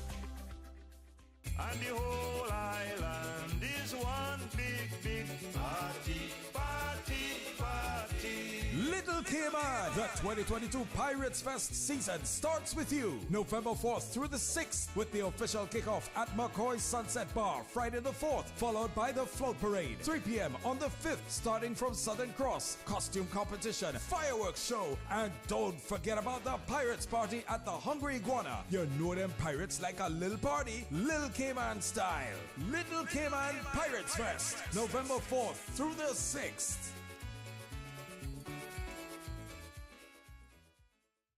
Applications for Leadership Cayman 2023 are now open. Leadership Cayman is a 6-month intensive program that identifies and equips leaders with exclusive tools and information needed to take their leadership skills to the next level. Participants will receive exclusive insight from key decision makers and business leaders, create long-lasting connections while challenging themselves to make a difference in their community. Application deadline is Friday, November 11th. To learn more, visit leadershipcayman.ky. For medical lab services in Cayman, go straight to MedLab. Blood test, x-ray and mammogram, all of that is MedLab. Affordable fees and friendly service, a full professional team. MedLab is always comfortable, MedLab is always clean. For medical lab services in Cayman, MedLab. Call 949-7331 and ask about MedLab's new state-of-the-art digital mammogram machine. Listening to the general public. Cayman Islands' foremost listeners participation program. Radio Cayman Talk Today. Because There are more questions than answers. waiting to take your calls right now. What the public is saying.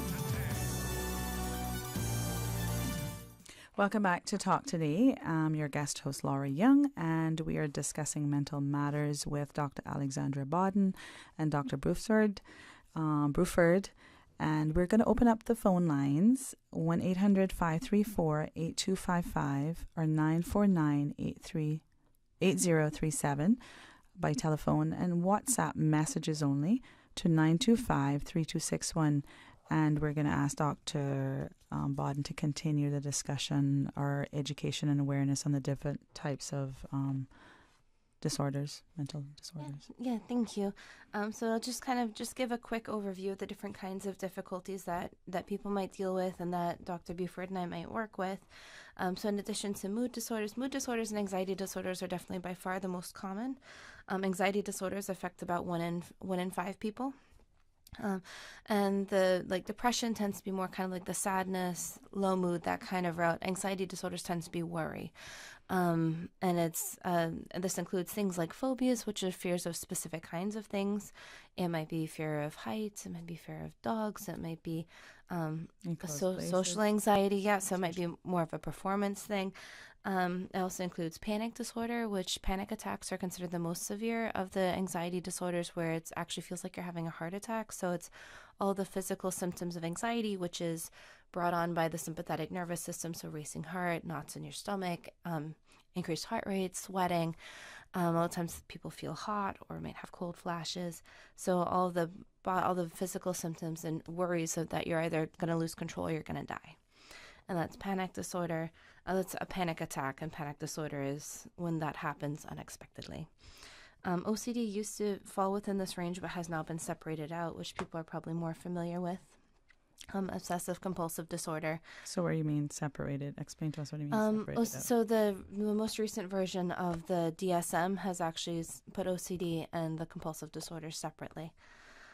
It's just for categorization, but that is still listed in there as well. And that's going to have obsessions or worry thoughts about something happening, and then compulsions, so things you have to do to prevent something bad from happening. Many of us have like OCD tendencies, especially thanks to COVID, where we obsess with things like Purell and checking locks. But this is where there's going to be extreme ritualized behaviors that are taking up a significant part of your day and interfering with your functioning. So you mean OCD can actually not necessarily be classified as a disorder if it's not really disrupting. Because I mean, I like to be neat, and if it's not, my daughter says as I got older, she seems like, "Oh my, you're always cleaning," and you're. If it's not causing you distress, it's not impairing your functioning, then it's probably not going to fall in that range. Okay, I'm just checking. If daughter has major concerns, then you guys can talk to a doctor. But odds are probably not.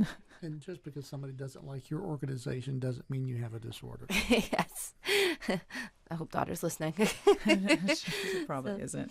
But I just wanted to clarify that, because in addition to the mental health or people using it as a buzzword or just maybe using it inappropriately and diagnosing or self-diagnosing, OCD is probably the most common one.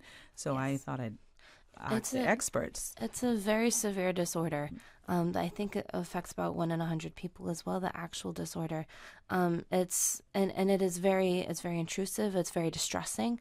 It's something they call ego dystonic. So they know what they are worried about is not realistic. They know it's not rational, and they know that the compulsions don't actually make sense with what's going on. So it's a very distressing disorder for them and for the people around them as well. So, and yes, it's one that and bipolar are very frequently used, but the actual disorder is actually not as common as people think. It's very debilitating. Yeah. So after that, we've got trauma and stressor-related disorders. And these are going to be ones that are triggered by a specific event. And so adjustment disorders are kind of more normative experiences, things like going through a divorce, losing a job, any of the kind of like normal changes that people go through, and having maybe some anxiety symptoms with it, some depressive symptoms, not to the level of having anxiety or depressive disorder, but reactions to it that are in excess of normal range, or they're either causing us distress or impairment. That are impairing your ability to meet the demands of that adjustment, that change. Yeah, and that's adjustment disorders, and then along that, so all of these are on continuums, as you can tell, and then PTSD is going to be following a traumatic incident, which is one that often involves like a life-threatening incident or a severe loss or some kind of sexual trauma, and then that will lead to post-traumatic stress disorder, where people, the hallmarks of that are going to be re-experiencing it, having nightmares about it, feeling like you're there again, avoiding things that remind you of it, avoiding reminders or conversations about it or thinking about it, as well as hypervigilance and increased arousal. So difficulty sleeping, irritability, feeling very jumpy, and just being on edge all the time. So you can have PTSD over a period of time. It can actually last longer. Last long, and sometimes it can be heightened as you go longer with not addressing the issue.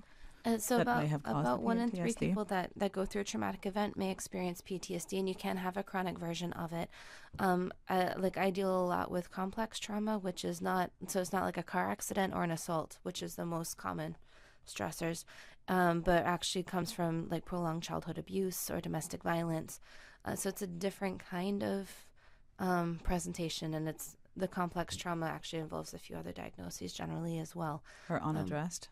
Right. Child abuse. Right, because there's going to be developmental deficits as well. And there's a whole host of other things that come with that. But yes, PTSD can happen. Someone can have a car accident, and within 30 days, they're still having difficulty. So of all those symptoms that we talked about, then they can get in, hopefully see a therapist, be able to work through what was going on, where they're able to resolve that trauma and then move on. I'm going to skip the eating disorder one. We'll come back to that. The neurodevelopmental disorders, the ADHD, that's very commonly used and seeing more diagnosis in the last probably 15 years in our society. For sure.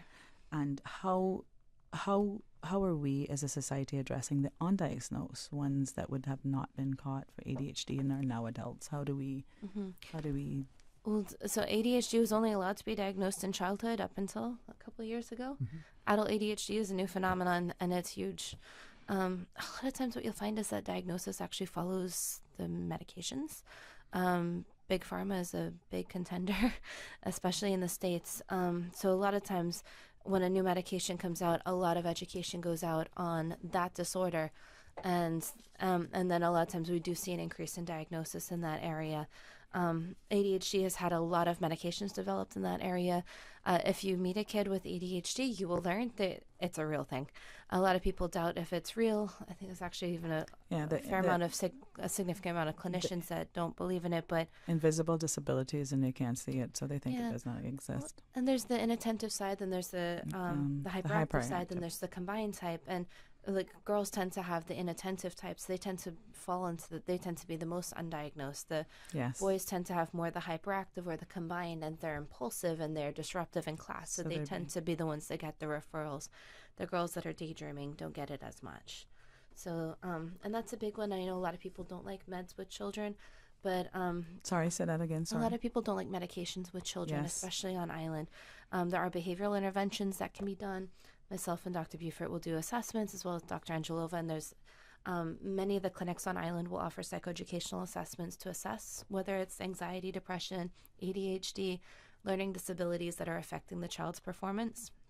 And then we can discuss interventions. There's a lot of behavioral interventions that can be helpful, but if it is impairing the child and the child's having a lot of difficulties in school, then we may recommend it's worthwhile having a medication consult. Eating disorders.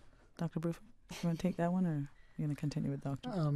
Eating disorders are the intake or restriction of food based on an internal process that's not cued by anything in the environment. So, overeating, is that considered a disorder? I mean, how do we know when it becomes a disorder when it comes to eating? When it begins to impact your health. Okay. When you begin to make choices for food over against relationships. When you begin to make choices for taste, texture, and look and feel over the health and wellness of your body. It can be overeating. It can also be binge eating. Or emotional eating. I know we say that a lot. Correct. Think about eating for what's above your head and eating for what's between your shoulders and your knees, right? I have to work on that one, yeah. It's getting those confused. Food, particularly food that is high fat and high sugar, has a sedative effect. So people who are depressed or who are anxious or who are dealing with trauma or adjustment challenges, one of the things that we often go to is food, and it's socially appropriate.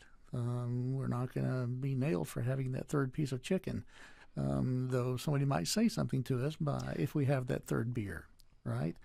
So it's often used to help us manage mood, and it's an eating disorder when it begins to impact your health. The two main focuses on eating disorder are the overeating and then the restriction of food. And with restriction of food, often is called body dysmorphia. You don't see your body the way others see you. You may think you're fat, and despite having a very low body weight. And individuals who binge and then purge, or who just purge, really put themselves at very great medical risk. There are many life-threatening conditions associated with restricting food. I see here you have eating disorders, anorexia, bulimia, and BED. What's BED? Binge eating disorder. The binge eating disorder. That's what I thought. Yeah. I wanted to make sure. But want to ask you to give us some final closing comments, but more so highlights and the things that you want to really stress for us today, because I know that you're going to come back and have more conversations and continued conversations on mental health during each month. Mm-hmm. So what do you want to leave us with today? Yeah. Well, the only ones we didn't get to was like the psychotic disorders, which include hallucinations or delusions. That was the other big one, and the substance use disorders, which talked a lot about with Recovery Month. But that, if any of these things make sense to you. What is illusion or delusion? Can you tell us? Yeah, hallucinations are where you experience something that's not there, and it can come through any of the senses, whether it's auditory, hearing things that aren't there, like hearing voices, visually seeing things that aren't there, seeing a person, seeing shadows. You can have smells, you can have taste, you can have feelings. The olfactory and the gustatory, the smelling and the taste ones tend to be associated with actually more with brain trauma and seizures. The tactile ones tend to be more associated with drug use. So the visual and the auditory tend to be more common. But it's experiencing something that's not there. And it's interesting because research has actually shown that if the person was to actually hear someone talking to them, that same part of the brain is lit up, even when there's no stimuli. So they are actually hearing it. So that would be hallucinations. Delusions are going to be a set of beliefs that are not based on reality. And if it can be about all different kinds of things. It could be paranoid delusions, believing someone's out to get them. That's probably the one you see most often in the media. It can be erotomanic. It can be the beliefs that someone's in love with you. It's the most famous case that was John Hinckley believing that he had to shoot the president for Jodie Foster to love him. So those are obviously extreme cases, but that's where there's an ingrained belief system that's not based on reality. And psychotic disorders and schizophrenia affect about 1 in 100 people as well. So also something that we see on island too. And studies have found that the numbers that we see kind of globally and in the Western world are pretty accurate for what we deal with here as well. So even though I've kind of thrown out a few numbers that are more kind of like U.S. averages, our numbers tend to be similar. Well, we want to thank you, Dr. Alexandra Bodden and Dr. Bruford from On Course Cayman, Health, Wellness and Happiness, and educating us a little bit more on mental health matters. We look forward to hearing from you again in the near future, and we want to thank you. And that is a wrap for today. I am your guest host, Laura Young. See you tomorrow at 12:15. Talk Today is brought to you by Subway, open 24 hours in Countryside, Anderson Square in Georgetown, and Centennial Towers in West Bay. And by the Ministry of District Administration, Tourism and Transport. Explore your history, explore your land, explore your sister islands. MedLab in Smith Road Plaza, your complete medical laboratory solution. Call 949-7331. Talk Today is proudly brought to you by Pirates Fest 2022. Stay in the know. Get the full event lineup at piratesfestcayman.com. And Savannah Pharmacy in Countryside Shopping Village. Convenient opening hours, including Sundays and holidays.